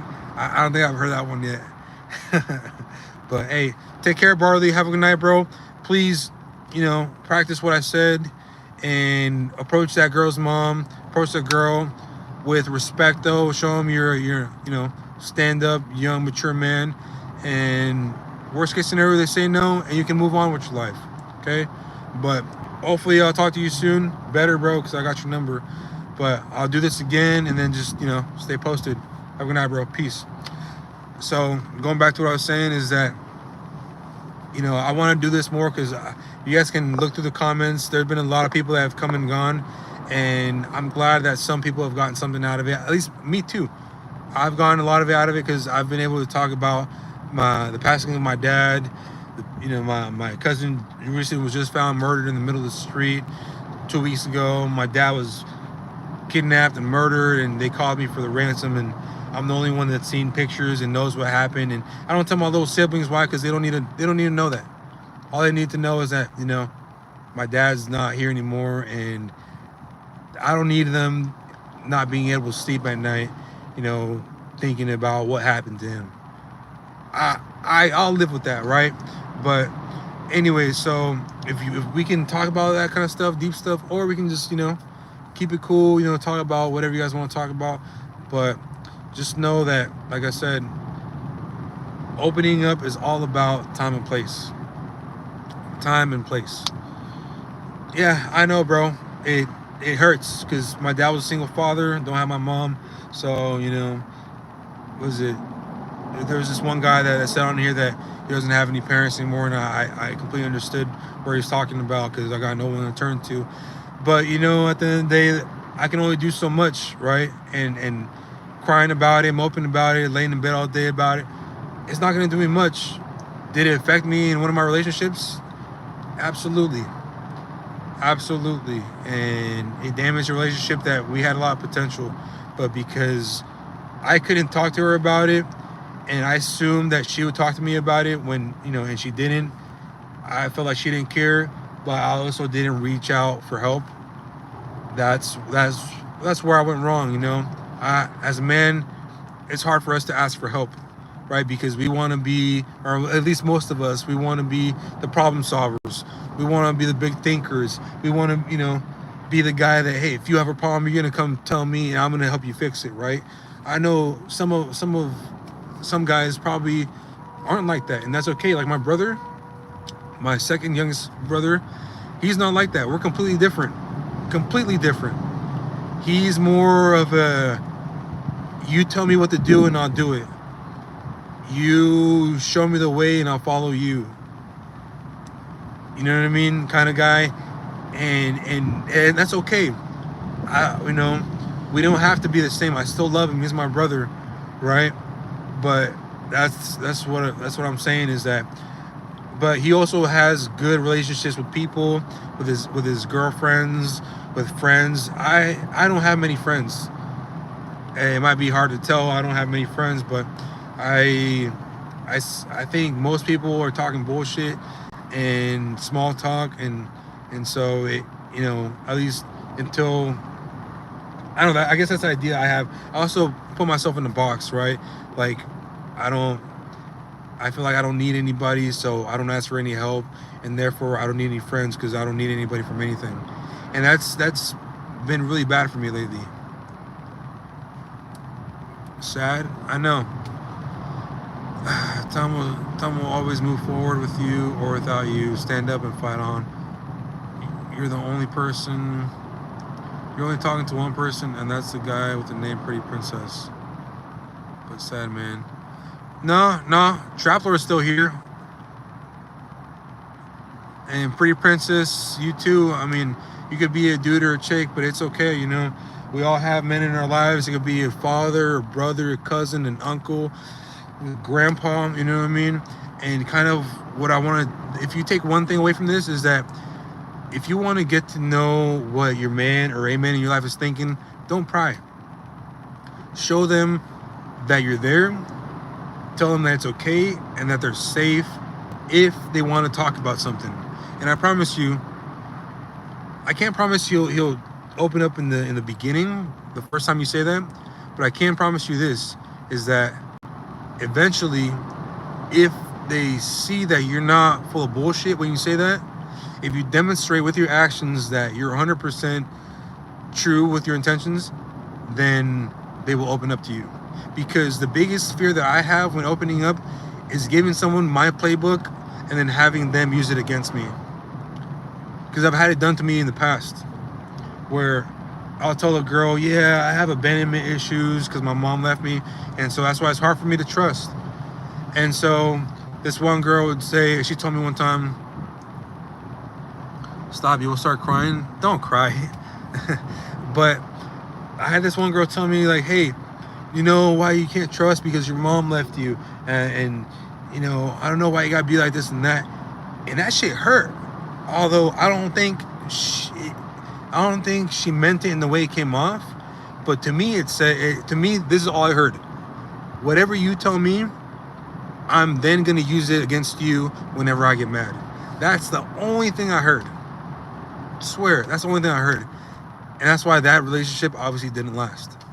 Because if I can't tell you something, then there's only so much that we can talk about, and so much of myself I can expose. So then later on, you're gonna want to ask, why are you so distant? Why are you keeping stuff back from me? See what I'm saying? So, Pretty Princess, I don't know if you're a dude or chick. Are you male, female, or you decide not to identify? While you answer that, I'm gonna continue. So, Trap Lord, yeah, bro. I don't have any friends either. You know, one of my best friends is my cousin. Is that sad? Maybe, but at least it's I'm a big believer in family. You know what I mean? And family doesn't always have to be blood related. I have one really good friend, Jose, and he's been my friend since freshman year. And a bad woman. Let's see. I'm gonna stop right there. I'm gonna hear what you said. Trap Lord, a bad woman. Run away from those type of people. Yeah. But see, this is the thing too, is that it's really hard, bro, because let's see, Pretty Prince, what she say? I'm a male, but I use the name for a joke my brother made for me. Oh. That's funny. Well, what's the joke? Pretty Princess guts? Does it have anything to do with mangina or something? No, I'm just playing. But so it's pretty tough, bad women running away from those types. So, because I've been labeled as a bad guy from the last maybe 2 or 3 situationships and relationships. Like the most recently one, like today, I just had to tell her, okay, you know what? Yesterday we talked. I'm like, I don't know what your friend told you about me. She doesn't know me, but if you're gonna take her side, then it's fine. I wish you the best. And I left it at that. I'm a respectful guy. I'm not gonna tell her, oh, you're gonna regret not being without me, blah blah blah, this and that. No, you know why? Because that does nothing but make you look bad. Like, it's already, the Band-Aid is ripping off. You decide if it's gonna be painful or not. You know what I mean? So I just told her I wish you the best of luck, and she kept replying, "You wasted my time, you know, this and that. I thought we could be a good fit." And then I told her, "Okay, well, I'm glad you said that because I thought we could be a good fit too, but you're the one that's, you know, wanting to listen to some things that someone's saying about me that they don't even know me. They just have seen, they just heard one how I responded to one thing, and then they think they know me. I'm a bad guy, right? And I'm a very sarcastic person, right? The one situation I'm talking about, I'll elaborate. So there's this one teacher in my school. She said, "Oh, Nacho, now you need me, huh?" And the girl was standing right next to me. I'm like, "Yeah, unfortunately." And the teacher took that so disrespectfully and started. She's like, "No, I need an apology now." And I'm like, "Whoa, one, I didn't mean it like that. But if you did, if you got hurt, I'm sorry. I apologize." And that's what she was going off of. After that, she said I was a bad person. So I was elaborating a little bit. But let's see. He wanted me to lift my leg to be next to my cheek and hold my hand together. Lift my leg to be next to my cheek. What the fuck? Thank you for hearing me out, brother. I got to go, but I'll sub to your channel. God bless you and carry on. Yo, before we leave, Trap Lord, hey, bro, thank you for subbing. I'm not asking for any subs or anything like that, but if you do, I really appreciate it. And I'm gonna do this more often. Just, you know, stay posted. I'm gonna try to do this maybe once a week. For sure, you know, once every 2 weeks. That way, someone has, you know, you feel like you can be a part of something and talk to people, right? I wanna check in with you, see if you actually start school, bro. So wish you the best of luck. All right, Trap Lord, send me pictures of that Porsche. All right, peace. But yeah, pretty princess. So yeah, dude, that shit sucked, and I really like this girl. I really liked her. Oh, see you again. Hope to see you soon, brother, in that Porsche, huh? Better send me some pictures or something. You know, let me borrow it sometime. All right. So yeah, this girl, really liked her. We really vibed and all that, but she just, you know, I guess it wasn't meant for me. And that's the thing. That's the sad thing about having certain things that you don't talk about to people, is that you don't let them in until it's too late. And once it's too late, like it's too late, you know. And by that I mean, like, I was,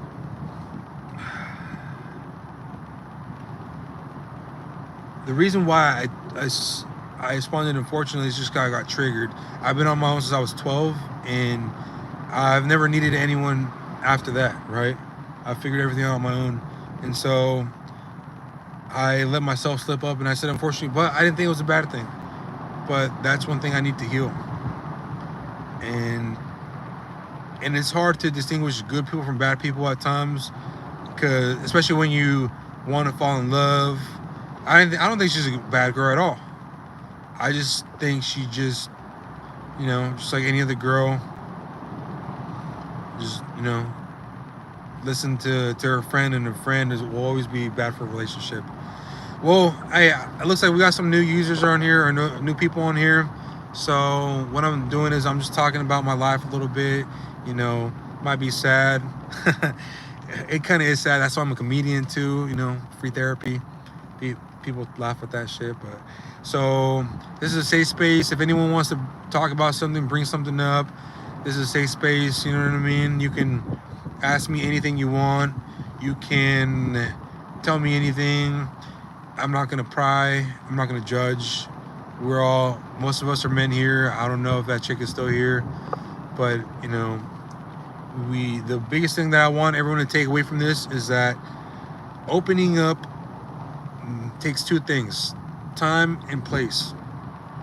Okay, this is the biggest thing I want you to take away from this, is that if you've opened up in the past and they didn't receive what you had to say in the right way, it's not your fault and it's not theirs. Okay, it just wasn't the right time and place. So by that I mean that to open up requires two things, right? You have to be in the right setting, and you have to be talking to the right person, right? You can't talk to the grocery store about your problems, or the grocery clerk about your problems, and you can't talk to your grandma about how shitty it is being a man, because your grandma's not gonna know shit about being a man, right?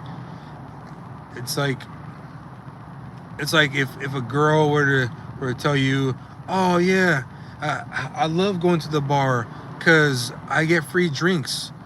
Bro, I'm not gonna know anything about that. Don't nobody buy me free drinks. I mean, maybe a girl, maybe once every, you know, 10 times I go to the bar, I'll get a free drink from the bartender or some gay dude trying to hit on me. But I won't know anything about that. So see, that's what I'm saying, is that to open up, it takes those two things, time and place. So just because you opened up to somebody and they didn't know how to receive it, don't give up. Don't blame it on them, and don't blame yourself. Now, I've been on here for 3 hours. If anyone else, if y'all have something you guys want to share with me, let me know. And if not, I think I'm about to get off here within the next 5 minutes. But let's see, Melissa, Montague. It's nice to hear a different perspective, though. Hey, thank you.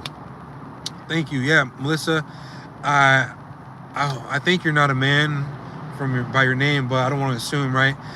But if you've been following, hold up, before you leave, Melissa, one thing I want you to leave with too is that I'm sure you have a husband, a father, a brother, an uncle, a son, something, right? Us men, we all have the same thing in common, is that we don't let people in because we don't want things to be used against each other. So don't pry. If you want that man in your life to talk to you about something, make them feel safe, that their thoughts are safe with you, and that you're not going to use them against them. And I promise, I can't promise they'll open up the first time, but I can promise if your intentions are true, that they will open up eventually. Have a good night, Melissa. Thank you for joining. And I'll be doing this again another time. You don't have to sub, but if you want to, I'll probably be here in a week or two. I'll do it again. But yeah, your 24-year-old son, I'm 28. And so I'm sure he's gone through, you know, some things that I've gone through too. As men, most of our lives are the same. But, you know, thank you for listening, and talk to you soon. Hey, appreciate the sub, and thank you so much. And hopefully I see your name again soon. Have a good night, Melissa. Let's see what's still on here. Oh, Pretty Princess. My biological father used drugs. I really feel sad for him. Bro, so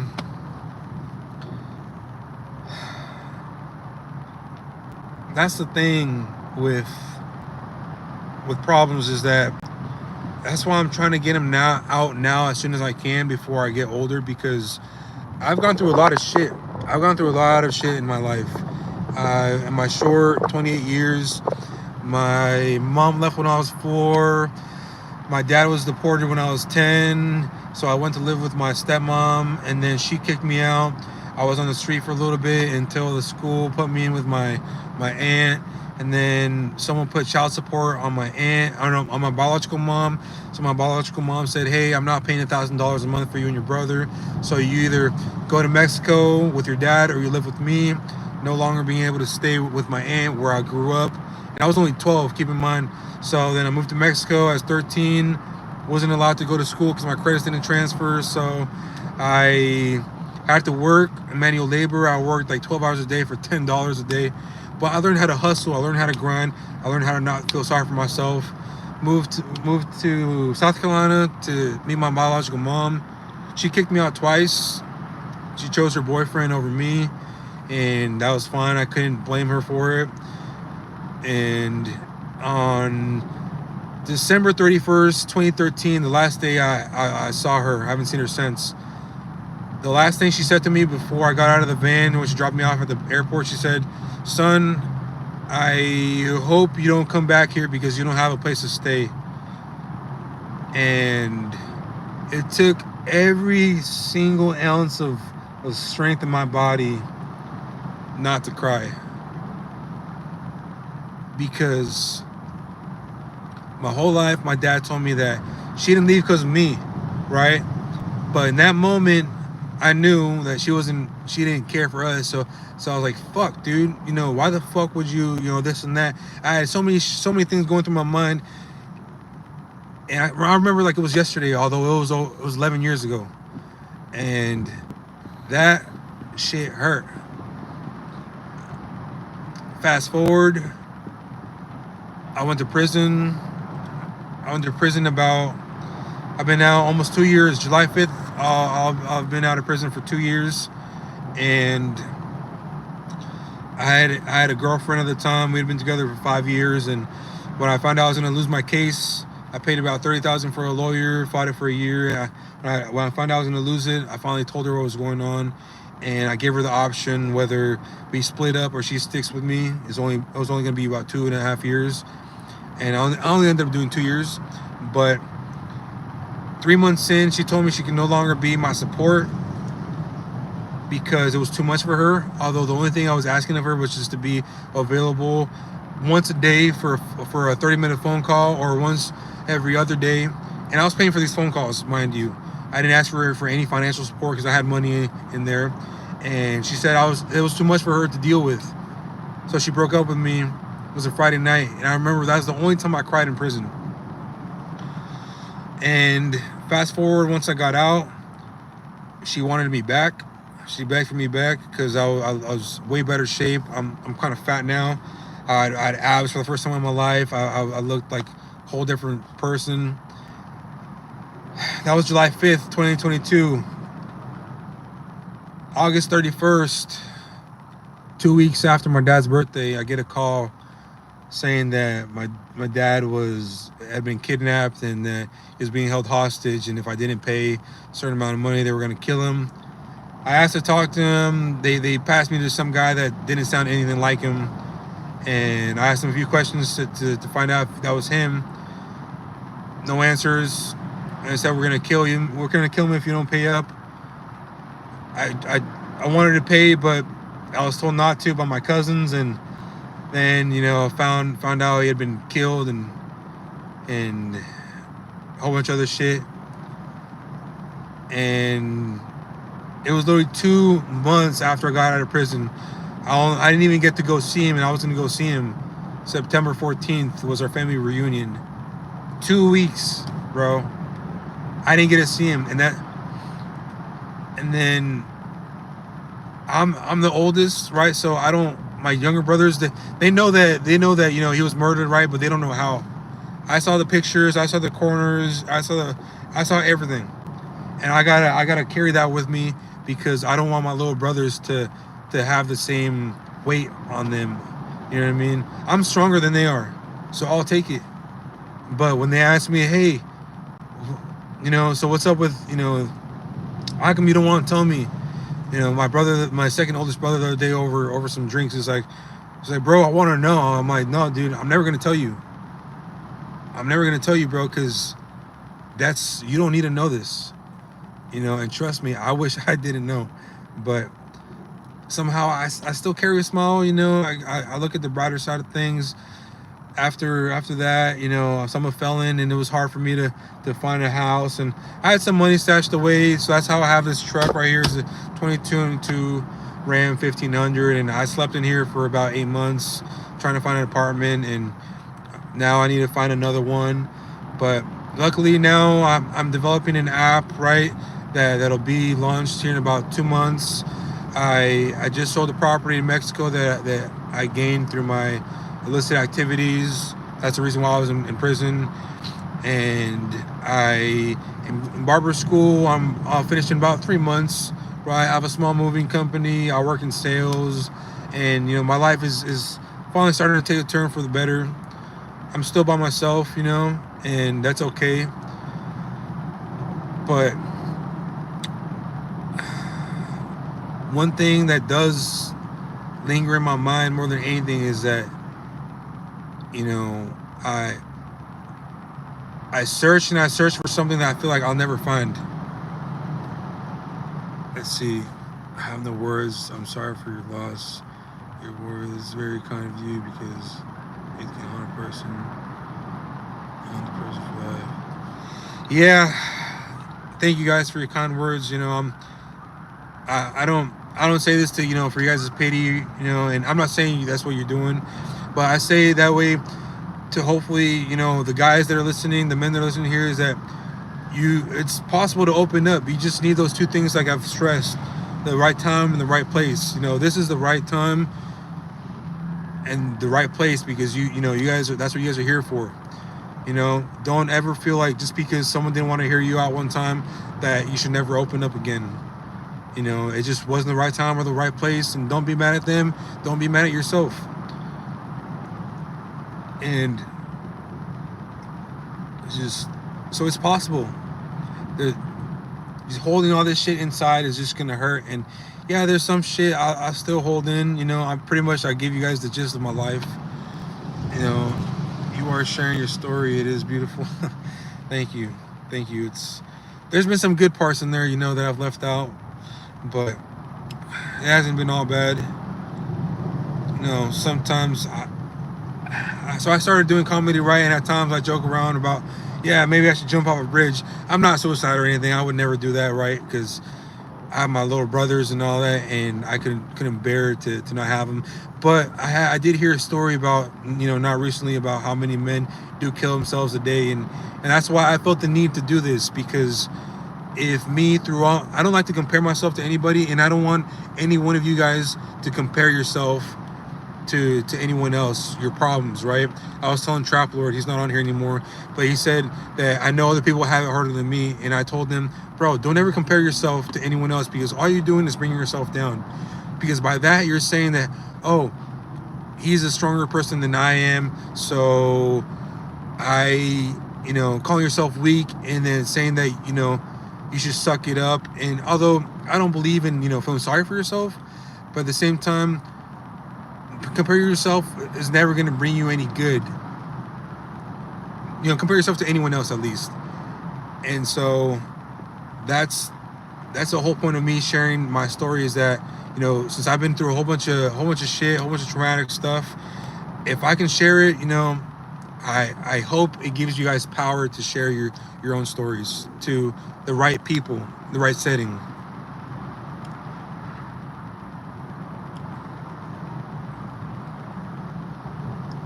Thank you, Melissa. Thank you.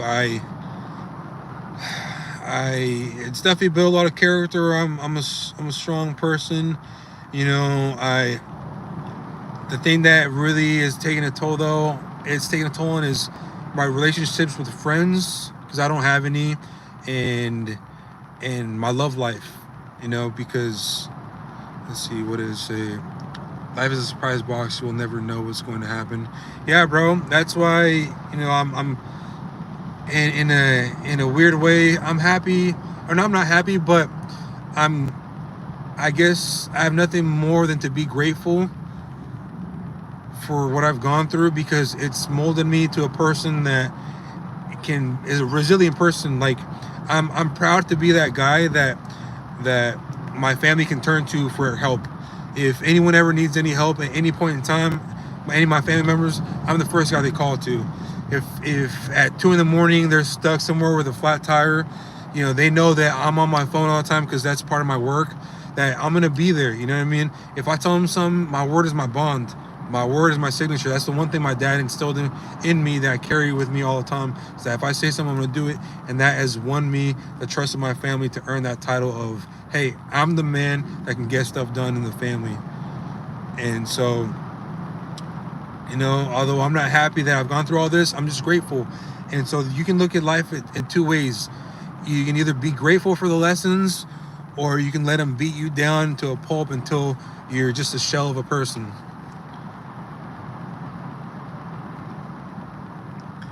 Your oldest is like that too. I'm sure that he probably has a lot that he wish he could talk about. And Melissa, I hope that, you know, you can use those tools that I've shared with you to help him ease some of that burden, relieve some of that burden, because how I wish I could, you know, turn to somebody, you know, a parent. You know, I don't have my parents, but, you know, or it's just someone. You know, you guys, trust, I think you guys are helping me more than I'm helping you, because I don't have anyone to turn to. And really, all this stuff that I've shared with you, less than a handful of people have heard it. And I'm grateful that you guys are here to listen. Although this was to help other people, you know, come out of their shell and make it possible to share. Thank you, Melissa. Thank you. It's hard to feel loved at times because that's probably the biggest thing that that follows me now, is that my trust issues and my fear of not being enough. And so then it's hard for me to feel loved in a relationship if I'm not providing, right? Now I'm starting to be in a financially stable situation, right? But I feel like lately I've been desperately looking for love, and that's why it's not working now. And I'm a traditional-ish guy, right? You know, I'll bring flowers, I'll say, you know, I write poems, you know, not only for girls, right? But I write poems and stuff like that. And, you know, I'm a pretty romantic guy. And so I I fall in love really easy, and it's really messed with my love life, because then I don't let people inside, and because I feel like I can't trust them, because I need to prove them I need to put them to the test, and then once they're put to the test, they see that maybe I'm broken because I need reassurance, and I don't know how to deal with that.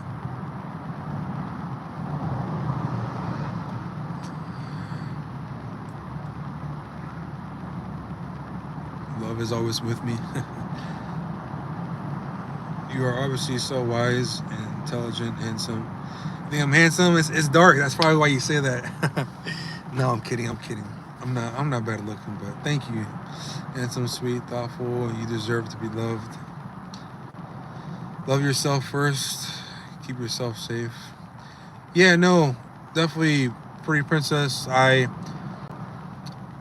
will never, ever, ever do anything to harm myself intentionally, right? Because I have to be there for my family. Family is first. Family is very important to me, and so I could never, you know, have my loved ones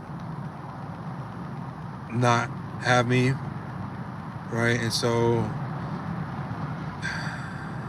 there's that. But love myself first. It's very hard, because I don't, Melissa, I don't know how, if that makes sense. I don't know how, and I know it sounds kind of sad, but I'm not a people pleaser. Like, I don't bend over backwards for people, but people that I like, people that I find interesting, people that I think they're worth it, like, for example, if I were to take you out on a date, right, I would find out first, like, what you like to eat, and we'll do whatever you want to do, right? And then who cares what I want to do, right? It's all about you. And then if I take my brother out, hey, let's go do this. Well, what do you want to do? Oh, all right, let's go do what you want to do, right? I make sure that everyone is taken care of, and then by extension, I'm taken care of, right? Because if my people are happy, I'm happy, right? And maybe that's one of my flaws, and why maybe that's how I love myself first, is by putting myself first. But I find that to be, as a man, almost impossible, because then that's almost selfish. I think she means keep yourself safe from those who will take advantage of your kindness. Oh, yeah, I'm the same. Love yourself like you love your siblings. Treat your inner child to what he wants. When I go play with my friends, I ask what they want to play. Yeah. Love yourself like you love your siblings. Treat your inner child to what he wants.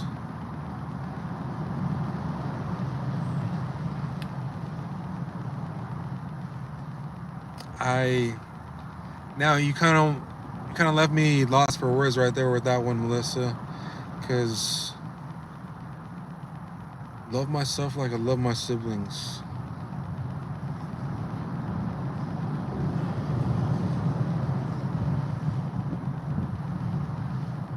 Hey, you see how now I'm thinking? I try not to hurt myself thinking, but it's tough. It's tough because I don't know where to start. Yeah, it's a rock I'm gonna hit myself against. But I don't know where to start because I guess you know what, I don't have much experience with. I mean, my father, he was great. He was everything I needed him to be, right? No, it definitely is tough. It's easier said than done. Like my dad had to be a father and a mother at the same time, and so he was very strict though, very strict. I came up raised with the belt, with ass whoopings, hard lessons, but I'm very thankful for that though because it made me who I am today. Although I'm not perfect, but I could be in the worst place for sure if I didn't have the discipline that he instilled in me. But love, definitely, he loved the love I saw from him was the love kind of that I've learned to give, into where caring for others and by extension you get happiness, right? And so that was his way of showing us love, was putting us first before his own needs. I'm sure he wanted to date other ladies, other women and whatnot, but I was a bad kid growing up. I was very angry as a kid, starting fights, getting expelled from schools. Before he got deported, he was trying to go to school also. He did eventually graduate, got his associates and got a better job, but I made his time a lot harder. And so, but he still always put us first. And so I think that's why maybe I don't know how to put myself first. Although, like I have my projects that I work on, so I know I gotta set time aside for those, but I don't know how to do that. And talking about it now, I just realized that I don't know how to put myself first. I wouldn't even know where to start.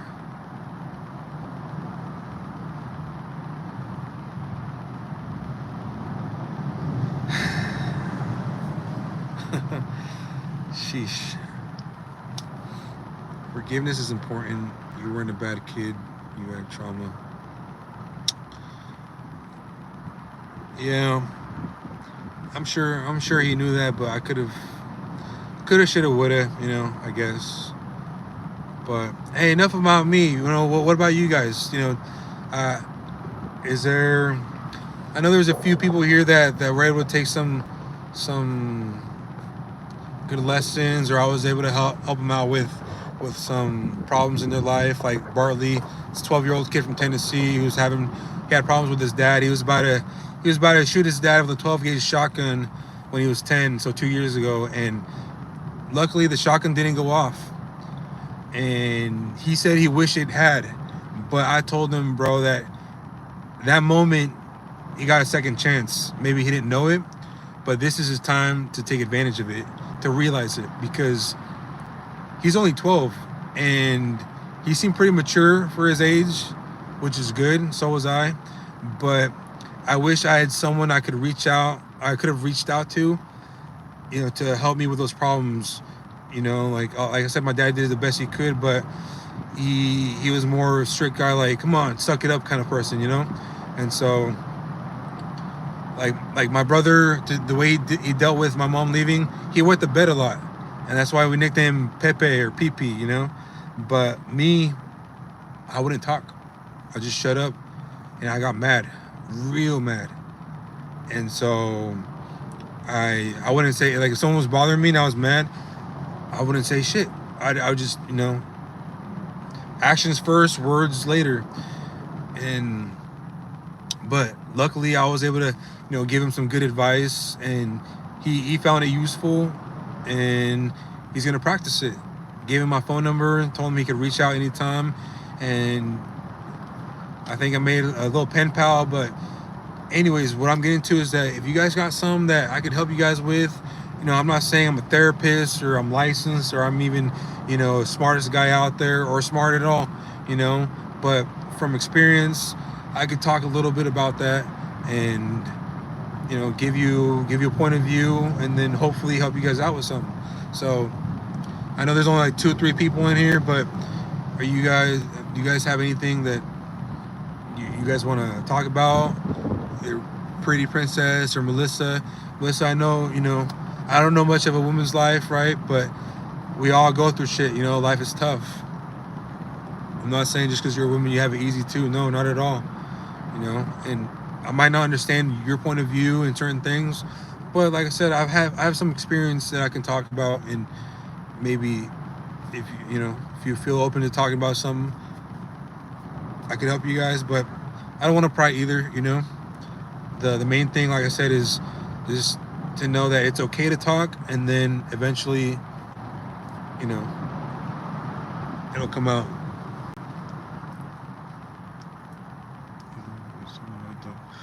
My son and I don't get along that great, and I'm trying to understand him. He wants to get to rehab. Why does he want to go to rehab? Does he have substance abuse problems?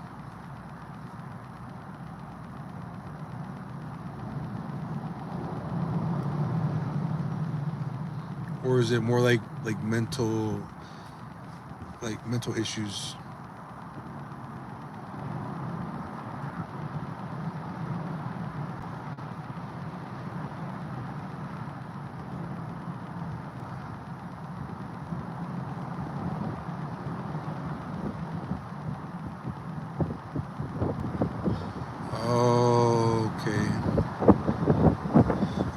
Okay, I think I see almost kind of where this is going. So, has he ever backlashed at you guys saying how you guys were maybe, I don't know, high or under influence while he was young, and that's why he feels neglected or something?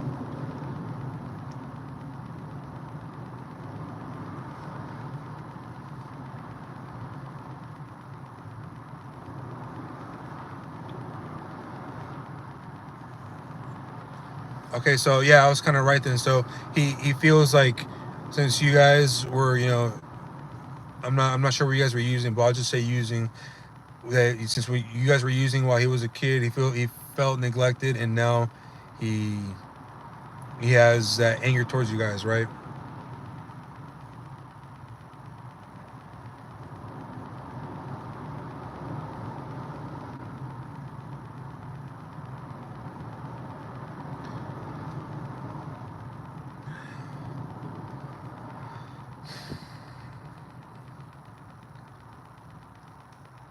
Okay, I see where it's coming from.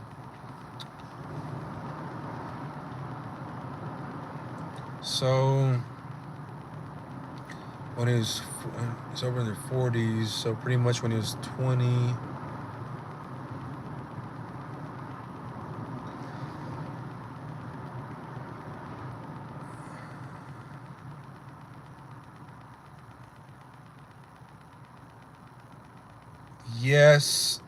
Yes, you're kind of onto it. So what I believe is that he wants to, since as a kid he wasn't able to blame you, right, or fully understand what was going on. He Now that he knows that you guys were doing stuff intentionally, but not intentionally to hurt him, like in a way. So so this is what I mean by intentionally. Like, so you guys were, let's just say, drinking alcohol, right? That you guys were intentionally getting drunk, and by extension neglecting him, by not going to, let's say, I don't know, his taking him to practice or being around his childhood. So since he feels like that neglected part that's where it's coming from. It's that inner kid of his, wanting to get it out, right? But the way you make it seem, it seems to me that he almost like he wants to forgive you, but at the same time, it's like battling himself, right? He doesn't know how to feel, because he wants to let you off, but not that easy, kind of thing. And And this kind of reminds me of almost like this relationship with my mom, my biological mom at least, but she didn't try to mend anything. She didn't try to apologize, unlike you. So that's a great first step. That's a great first step that you know you're taking responsibility. The biggest thing you can start by is take responsibility, but don't what's it called? Don't try and find an easy way out by saying this, by saying, oh, I was, like I said, let's just say you were using alcohol.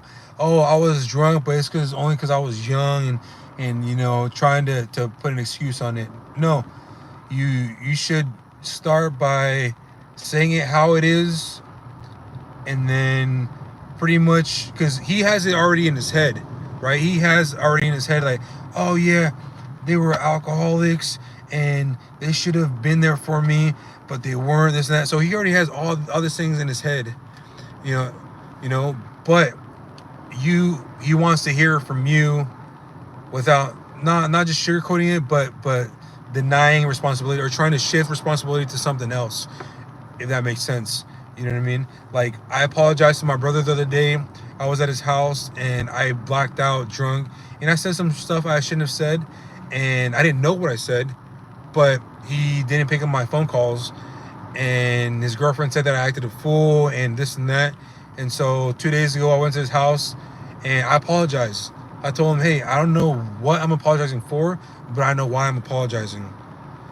Because I don't know what I said, but my why is because I hurt you, and doesn't mean that it's an excuse that I don't know why. I mean, it's not an excuse that I don't know what I said, but still, you know, my why is that you're my family, you're my brother, I care about you. You know, I take responsibility, 100%, whatever came out of my mouth, and that I could see in his eyes. That was the biggest thing, was that I didn't blame, you know, I didn't shift responsibility. I didn't deny responsibility. I'm not saying that you are or you ever have, but I believe that that's what, more than anything, you're gonna have to tell him quite a few times, for sure. You're gonna have to tell him quite a few times, from what it seems like. You know, he needs that, you know, needs to be reminded. And then don't try and pry. Don't try and pry. Don't.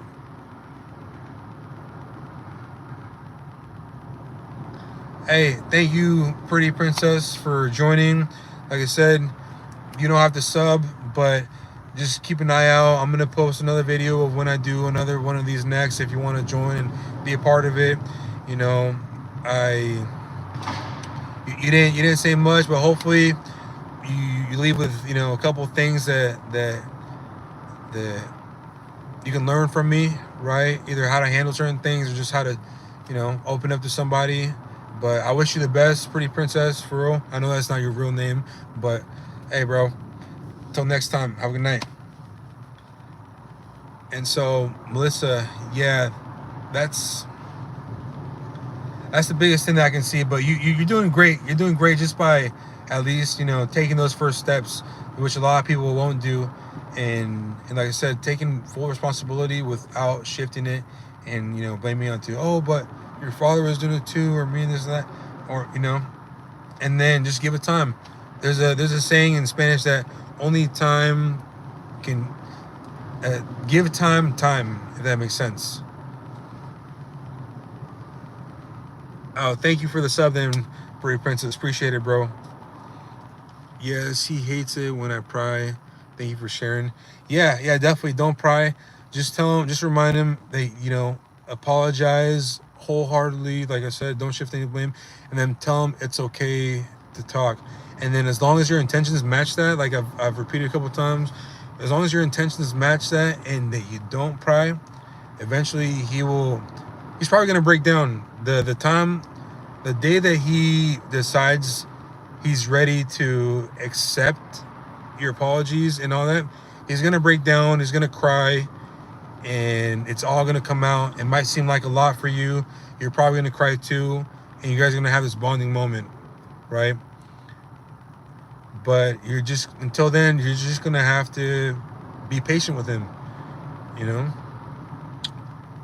and just don't be. We watched Inside Out the other day and we cried a lot. I don't know what movie that is. I don't really watch movies or shows, but that's good that you guys, bonded over something. So that means that he wants to let it out. He just doesn't know how. Maybe just he doesn't feel safe or comfortable or something like that. So, like the best way is, be. I don't know how often you guys talk, but try and be more in his life if you're not that present in his life at the time. With my daughter, who is the oldest, she's 26. Yeah, be present in his life, but don't overdo it. Give him just enough to where, if you don't message him, he'll message you. He'll look for you. You know what I mean? Just don't I know you're his mom, right? And you don't mean to bug, but and I wish I had a mom to bug me. So, some people are different and all that. But yeah, don't be every day, hey. Give him a little bit of space to miss you, and then, but not so much to where he feels like, okay, what you're saying doesn't match with what you want to do. Yeah, great. See, look, I'm I guess I'm telling you stuff that you already know. But I'm telling you, I know for 100%, I know it in my soul that he wants to let you in. He's got that weight on his shoulders that he's gonna break down and cry when it happens. And coming from someone his age, if when I said give time, he's still 24, so he's still kind of young. I had to mature a lot and fast, right? And so, my dad and I didn't have the best relationship at times too. Not gonna lie. And so, once I got older is when I realized he's my friend. He's my best friend. My father was my best friend, and so give him a little bit. Right? I'm not gonna say it's gonna happen tomorrow or overnight or the next week or the next month. But just if I told you anything new, follow it. If I didn't, keep doing what you're doing then. And I got faith that you guys' relationship is gonna come back. It's gonna be a good one.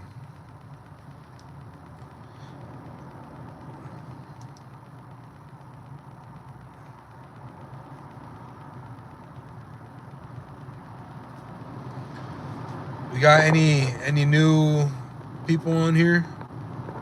I see people coming and going, but don't be shy, you guys. Hey, well, Melissa, I don't know who took more away from this, if you did or I did, because some of the things that you said really made me think, and definitely I got some work to do, right? I don't know how to love myself, and I need to learn that. I thought I loved myself because I do have a big ego, or at least that's what I'm told. But then again, I'm not a what's it called? I don't believe I'm better than everyone else. No, I'm a very humble guy. Come from humble beginnings too. I'm very modest, but I've been told I have a big ego, and so I thought I loved myself. But when you said that, I realized that, do I really love myself, or do I just make myself think I love myself just to hide the actual work that I need to do? So thank you for joining my live. I really appreciate you coming on, and I'm gonna be doing some more here pretty soon. definitely I'm gonna try and do this, once a week or once every 2 weeks, just to help more people, also help myself heal, and by helping myself heal, by extension, I hopefully help other people. And it's midnight here where I'm at. I hope it's not too late where you guys are at. Let's see, anyone else on here?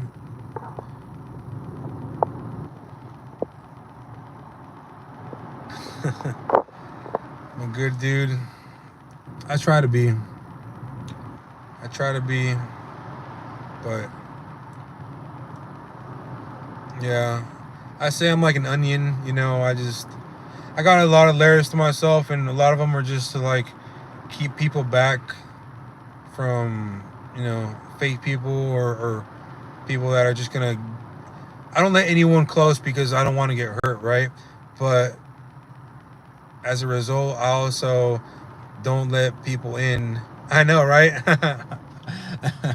That's why I took the onion thing, yeah. But as a result, that's why I don't let anyone in, and I found myself being lonely. I'm super social, and so I have a lot of acquaintances, but I don't have any friends. No one I can call at like midnight saying, "Hey, bro, I need a ride. I'm stuck an hour away." But I'm hard to pet. Yeah, I don't let people pet me that often. Depends where they want to pet me too. Not playing. But yeah, definitely my love life is one that is gonna take a lot of work, and well, I just feel like I'm running out of time. 'Cause I'm 28, and I've so my 28 years, I got 3 girls pregnant, and they all wanted to keep them, but this was when I was younger, way younger, and I just didn't know how to be a man yet. And being a man isn't just being born with, certain genitalia. It's more than that. And so now I'm looking for all the things that I've lost, I guess, maybe. But yeah. Well, Melissa, nah, you have lots of time. Relationships are overrated anyway. Learn to live yourself first. That co that confidence is what attracts. Like, yeah. You see though, I got confidence, right? And this recent girl. I don't know if you were here to hear about the girl that I most recently, I guess we went our separate ways. So we'd gone out on a few dates and things were going really well. I really liked her. I actually, I could almost say I was in love. And I have a few videos of us together, and it was great. We were laughing and whatnot. But suddenly she just told me that I wasted her time. And this is the only thing I did, right? The only thing I did was I asked her to pay for our lunch. So during school, we went on lunch. I asked her if she wanted to go get lunch. And then I looked at my wallet. I didn't have enough to pay. So I'm like, hey, so you think you got this one? And then she didn't hesitate. But then after school, and we had already made plans for another date, right?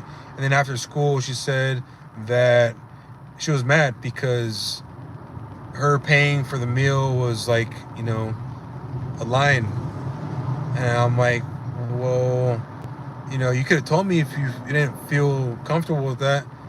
She's like, no, well, this and that, you asked me out, so you should pay them. And I was too embarrassed to tell her I was broke. I was broke up until about 2 weeks ago. I sold one of my properties, like I mentioned, in Mexico, and I don't have a lot in my pocket right now. Glad you got rid of her fast. No. The thing is that we really connected. I mean, maybe that's just me and my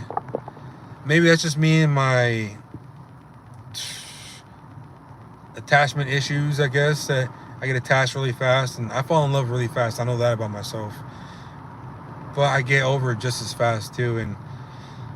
And you know, yeah, she's selfish. Why you say that? Maybe as an outside in, yeah, you're right.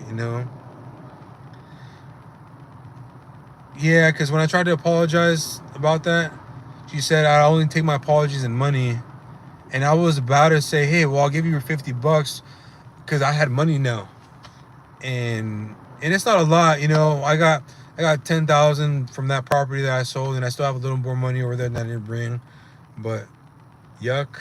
Oh fuck. Yeah, maybe you're right. Maybe you're right. Maybe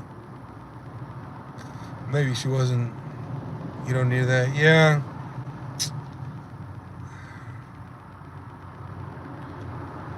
Yeah. Maybe you're right. But I guess that's another thing that I know I need to learn now, or do at least, is to. It's just way easier said than done.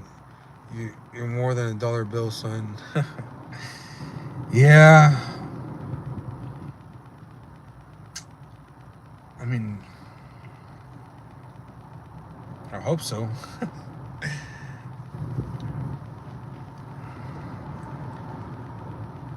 Hey, we have a few new people on here. So if you're just tuning in, I'm talking a little bit about my life, or actually not a little bit, a lot of it. As you can tell, this has gone on for like about almost 3 hours, I think, 4 hours kind of. And so what I'm doing is I'm talking about my life, trying to get, it's mainly for men's mental health awareness, but really this is just a safe place for anyone to, talk about their problems, their trauma, their life, what's going on, and to feel comfortable opening up. As someone that has never opened up to anybody, this is new to me, and I think I'm doing a good job opening up.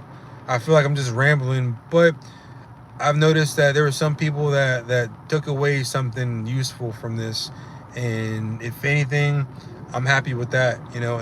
And everyone else is helping me just like I'm helping them, or if not helping me more. Because I feel a lot of weight being lifted from my shoulders and just my chest and all that, because I've never talked about like my whole like life. Melissa was here for that. Thank you, Melissa. You're great support, very supportive, and I opened up about from the little things from being by myself as a kid, 12 years old, to my dad being killed not that long ago, to my cousin being found, her body being dumped in the middle of the road 2 weeks ago. And yeah, when you think things are finally starting to take a turn for the better, or they can't get worse, they do. But you just have to learn to roll with the punches, but at the same time, you can't neglect how you feel. Mark M. She was cool, but cray. Mark, you just showed your age by saying cray.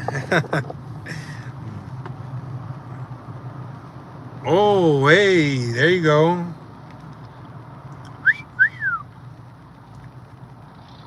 All right, lovebirds, get a room.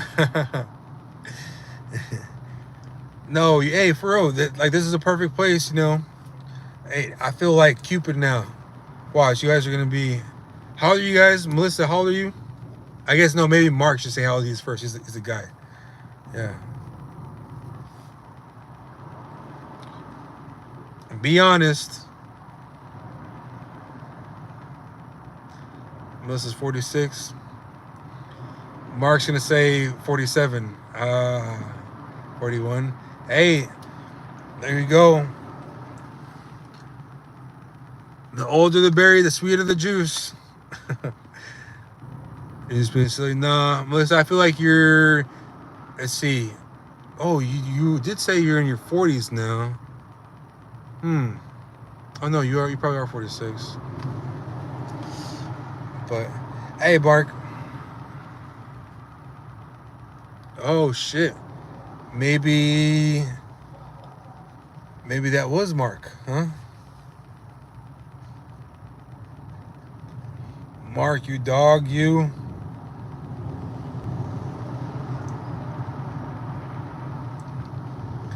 I think he left. Oh no, he's not. Oh no. Now I gotta make it up for my name's honor. Yeah, you sure, Mark? You cash app her $50.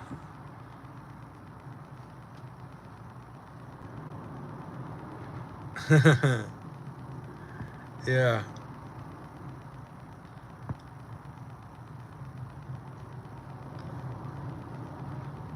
Oh, Vegas? Alaska and Vegas. Opposites attract.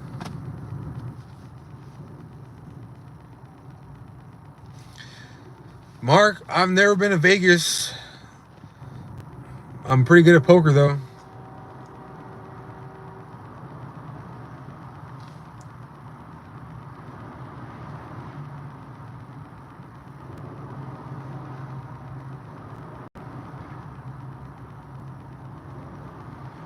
Alaska, the state has a city with my last name.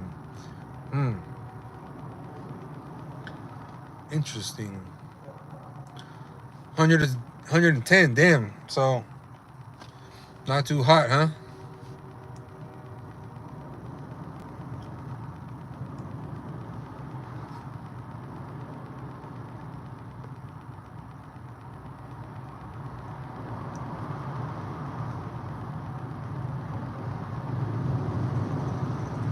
Wrangell, Hollis. What's that? Fairbanks. Oh, you just naming the cities probably in Alaska? I mean, Vegas. McGrath. Oh yeah, cities in Alaska.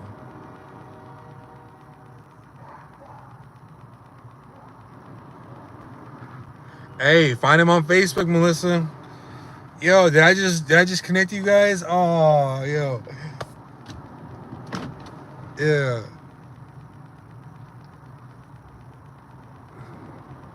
Oh, for real? Sweet. What part?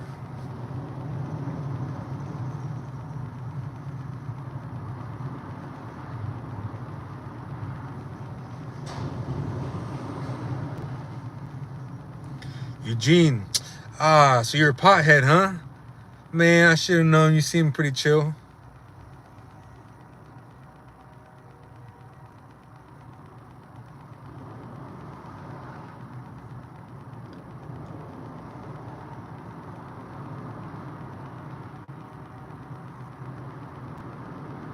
Campus, Washington. I'm not too familiar with where that is. Oh, Campus. Oh yeah, that's close. Hell yeah, for real. Hey, did you guys notice how both of your names have the initials MM? Oh, where am I? I'm actually in Portland. I'm right here downtown. So I live not too far from here, like right downtown. See, like that's the Marriott building. Next to what would it be? Is that the Hawthorne Bridge? Let's see if I can take it off the shit. Okay, so that's the Hawthorne Bridge, I think. It's the Marriott building. I'm right next to OMSI. Shit, like I'm right under the bridge. You can't see OMSI where I'm at. Not even if I put you guys outside of the window. Like, see, that's OMSI right there, right back there. But yeah, this is my favorite spot to chill next to the water. Hey, do you guys want me to take you to the water? You guys want to see the city real quick?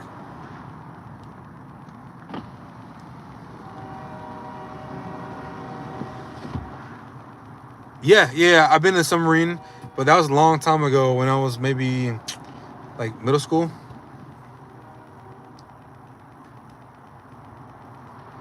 All right, sure. You guys want to see the water real quick? Let's go. I'll show you guys quick tour of the water. Having a battery. Oh, you guys can see it? Yeah, it's 17%. Well, we'll go real quick and I'll come back up before it dies. Let's see. Hold up before I do that though, because Portland has been pretty bad, you guys. Like the homeless people and all that stuff. It's so I gotta get my pot in here. Hold up. Give me a second, all right?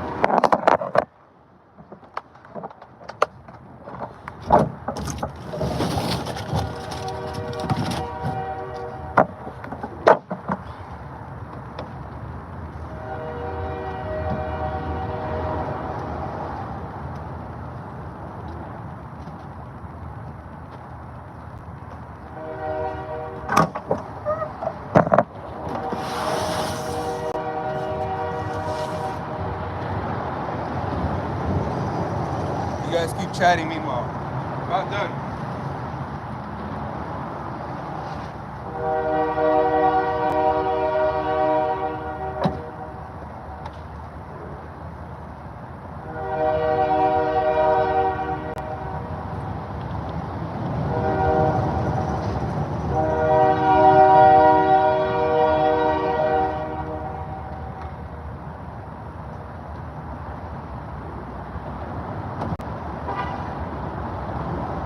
All right, I'm back.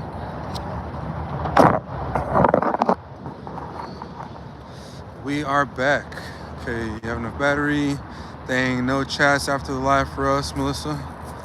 Right? Born there, military or job, innit? Hey, yeah, you guys should connect somehow. For real. Or maybe, if you guys want, I can do another live in a week and maybe you guys can connect back in a week.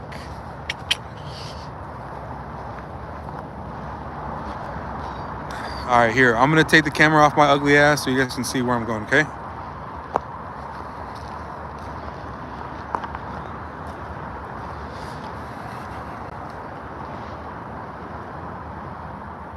Look, see, if I were to keep walking over there, that's Omsi. But this is one of my favorite spots to come to. I'm going to clean my camera. So this is one of my favorite spots to come to. This is the dock.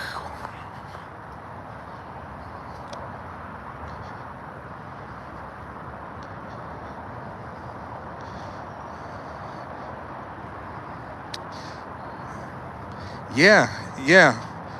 Omsi After Dark is fun. Do you talk about being inside or just around there? I remember being inside once. I was like in middle school though. They had this like big like theme thing. It was pretty dope. Everyone had a DS though, like Nintendo DS, and I didn't have one, so I felt left out. So my dad bought me a PSP. Anyways, yeah, you guys should definitely link up. Oh wow, I'm sorry to hear that, Mark. I'm sorry to hear that, man. Definitely been dealing with some loss myself recently. Yeah, sorry for your loss.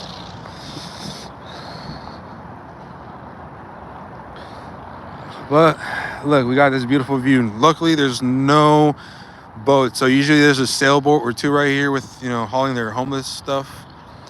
And look at this. Here, we'll get a little closer. Too bad I don't have a joint for us to smoke right now. But I got a good old cup of whiskey.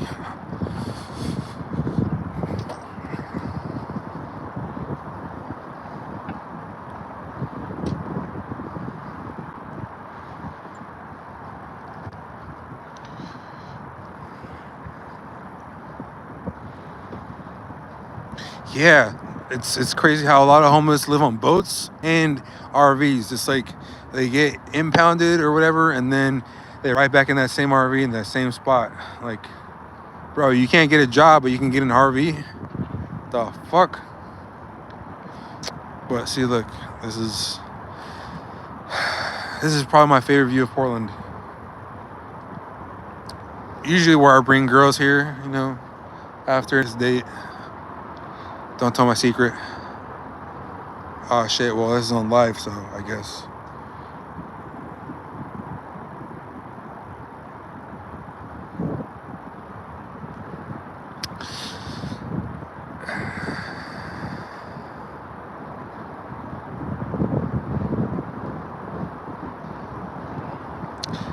Yeah, there's actually a really good spot, like towards that way, towards that new bridge that's over there, the green one.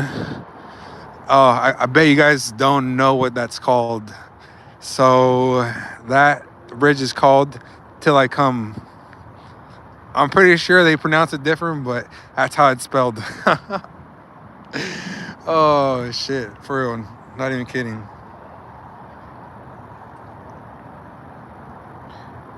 Yeah, swear. The city of bridges and yeah, dirty names. For real, for real. It's like, yeah, you already had it ready, bro. But yeah, this is a great spot to make out too. You know. But yeah, I don't know. I think I might just stay chilling for a little while. Oh shit, I was supposed to see this girl tonight. Fuck. Forgot.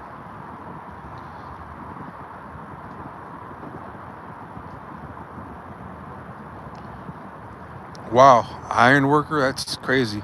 See, I'm scared of heights, so I don't know if I could do something like that.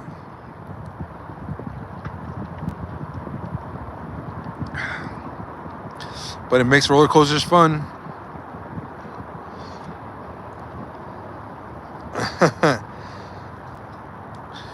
Yeah, if it's okay with you guys, I totally forgot about her and I shouldn't keep her waiting. Maybe she messaged me, but I guess messages don't come through while you're live. I don't know.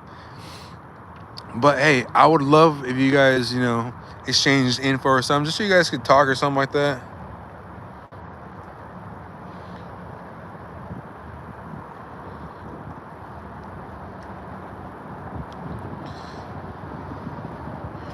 No, I guess not. All right, hey, you guys have been great. Mark, you got here towards the end of it, but so what this was by Melissa. I'll just tell Mark a little bit about this was before I get off. So what this was for Men's Mental Health Awareness Month. You know what I mean? Just to talk to guys about how OBR. Oh shit, you were. Oh sweet. Okay. Well, yeah. You don't have to sub, but I'm gonna be doing another one in here in about a week or two, just because I like how everybody joined. But hey, Melissa, thanks a lot. Before you get off, I really appreciate you taking the time to listen, and hopefully you took something away from this too. I hope that your relationship with your brother, I mean your son, sorry, the relationship with your son gets better. And just like I said, be patient, give time. Don't smother, but also let them know that it's okay and it's safe. And I promise, it won't be a week, it won't be a month, but eventually you come around, okay? All right, you guys. All right, Mark, you too, bro. Hopefully I hear from you next time. I'm sure you got a lot of things on your mind, a lot of things that I could learn from too. So, can't wait to hear from you guys next time, okay? All right, peace out. Good night, you guys.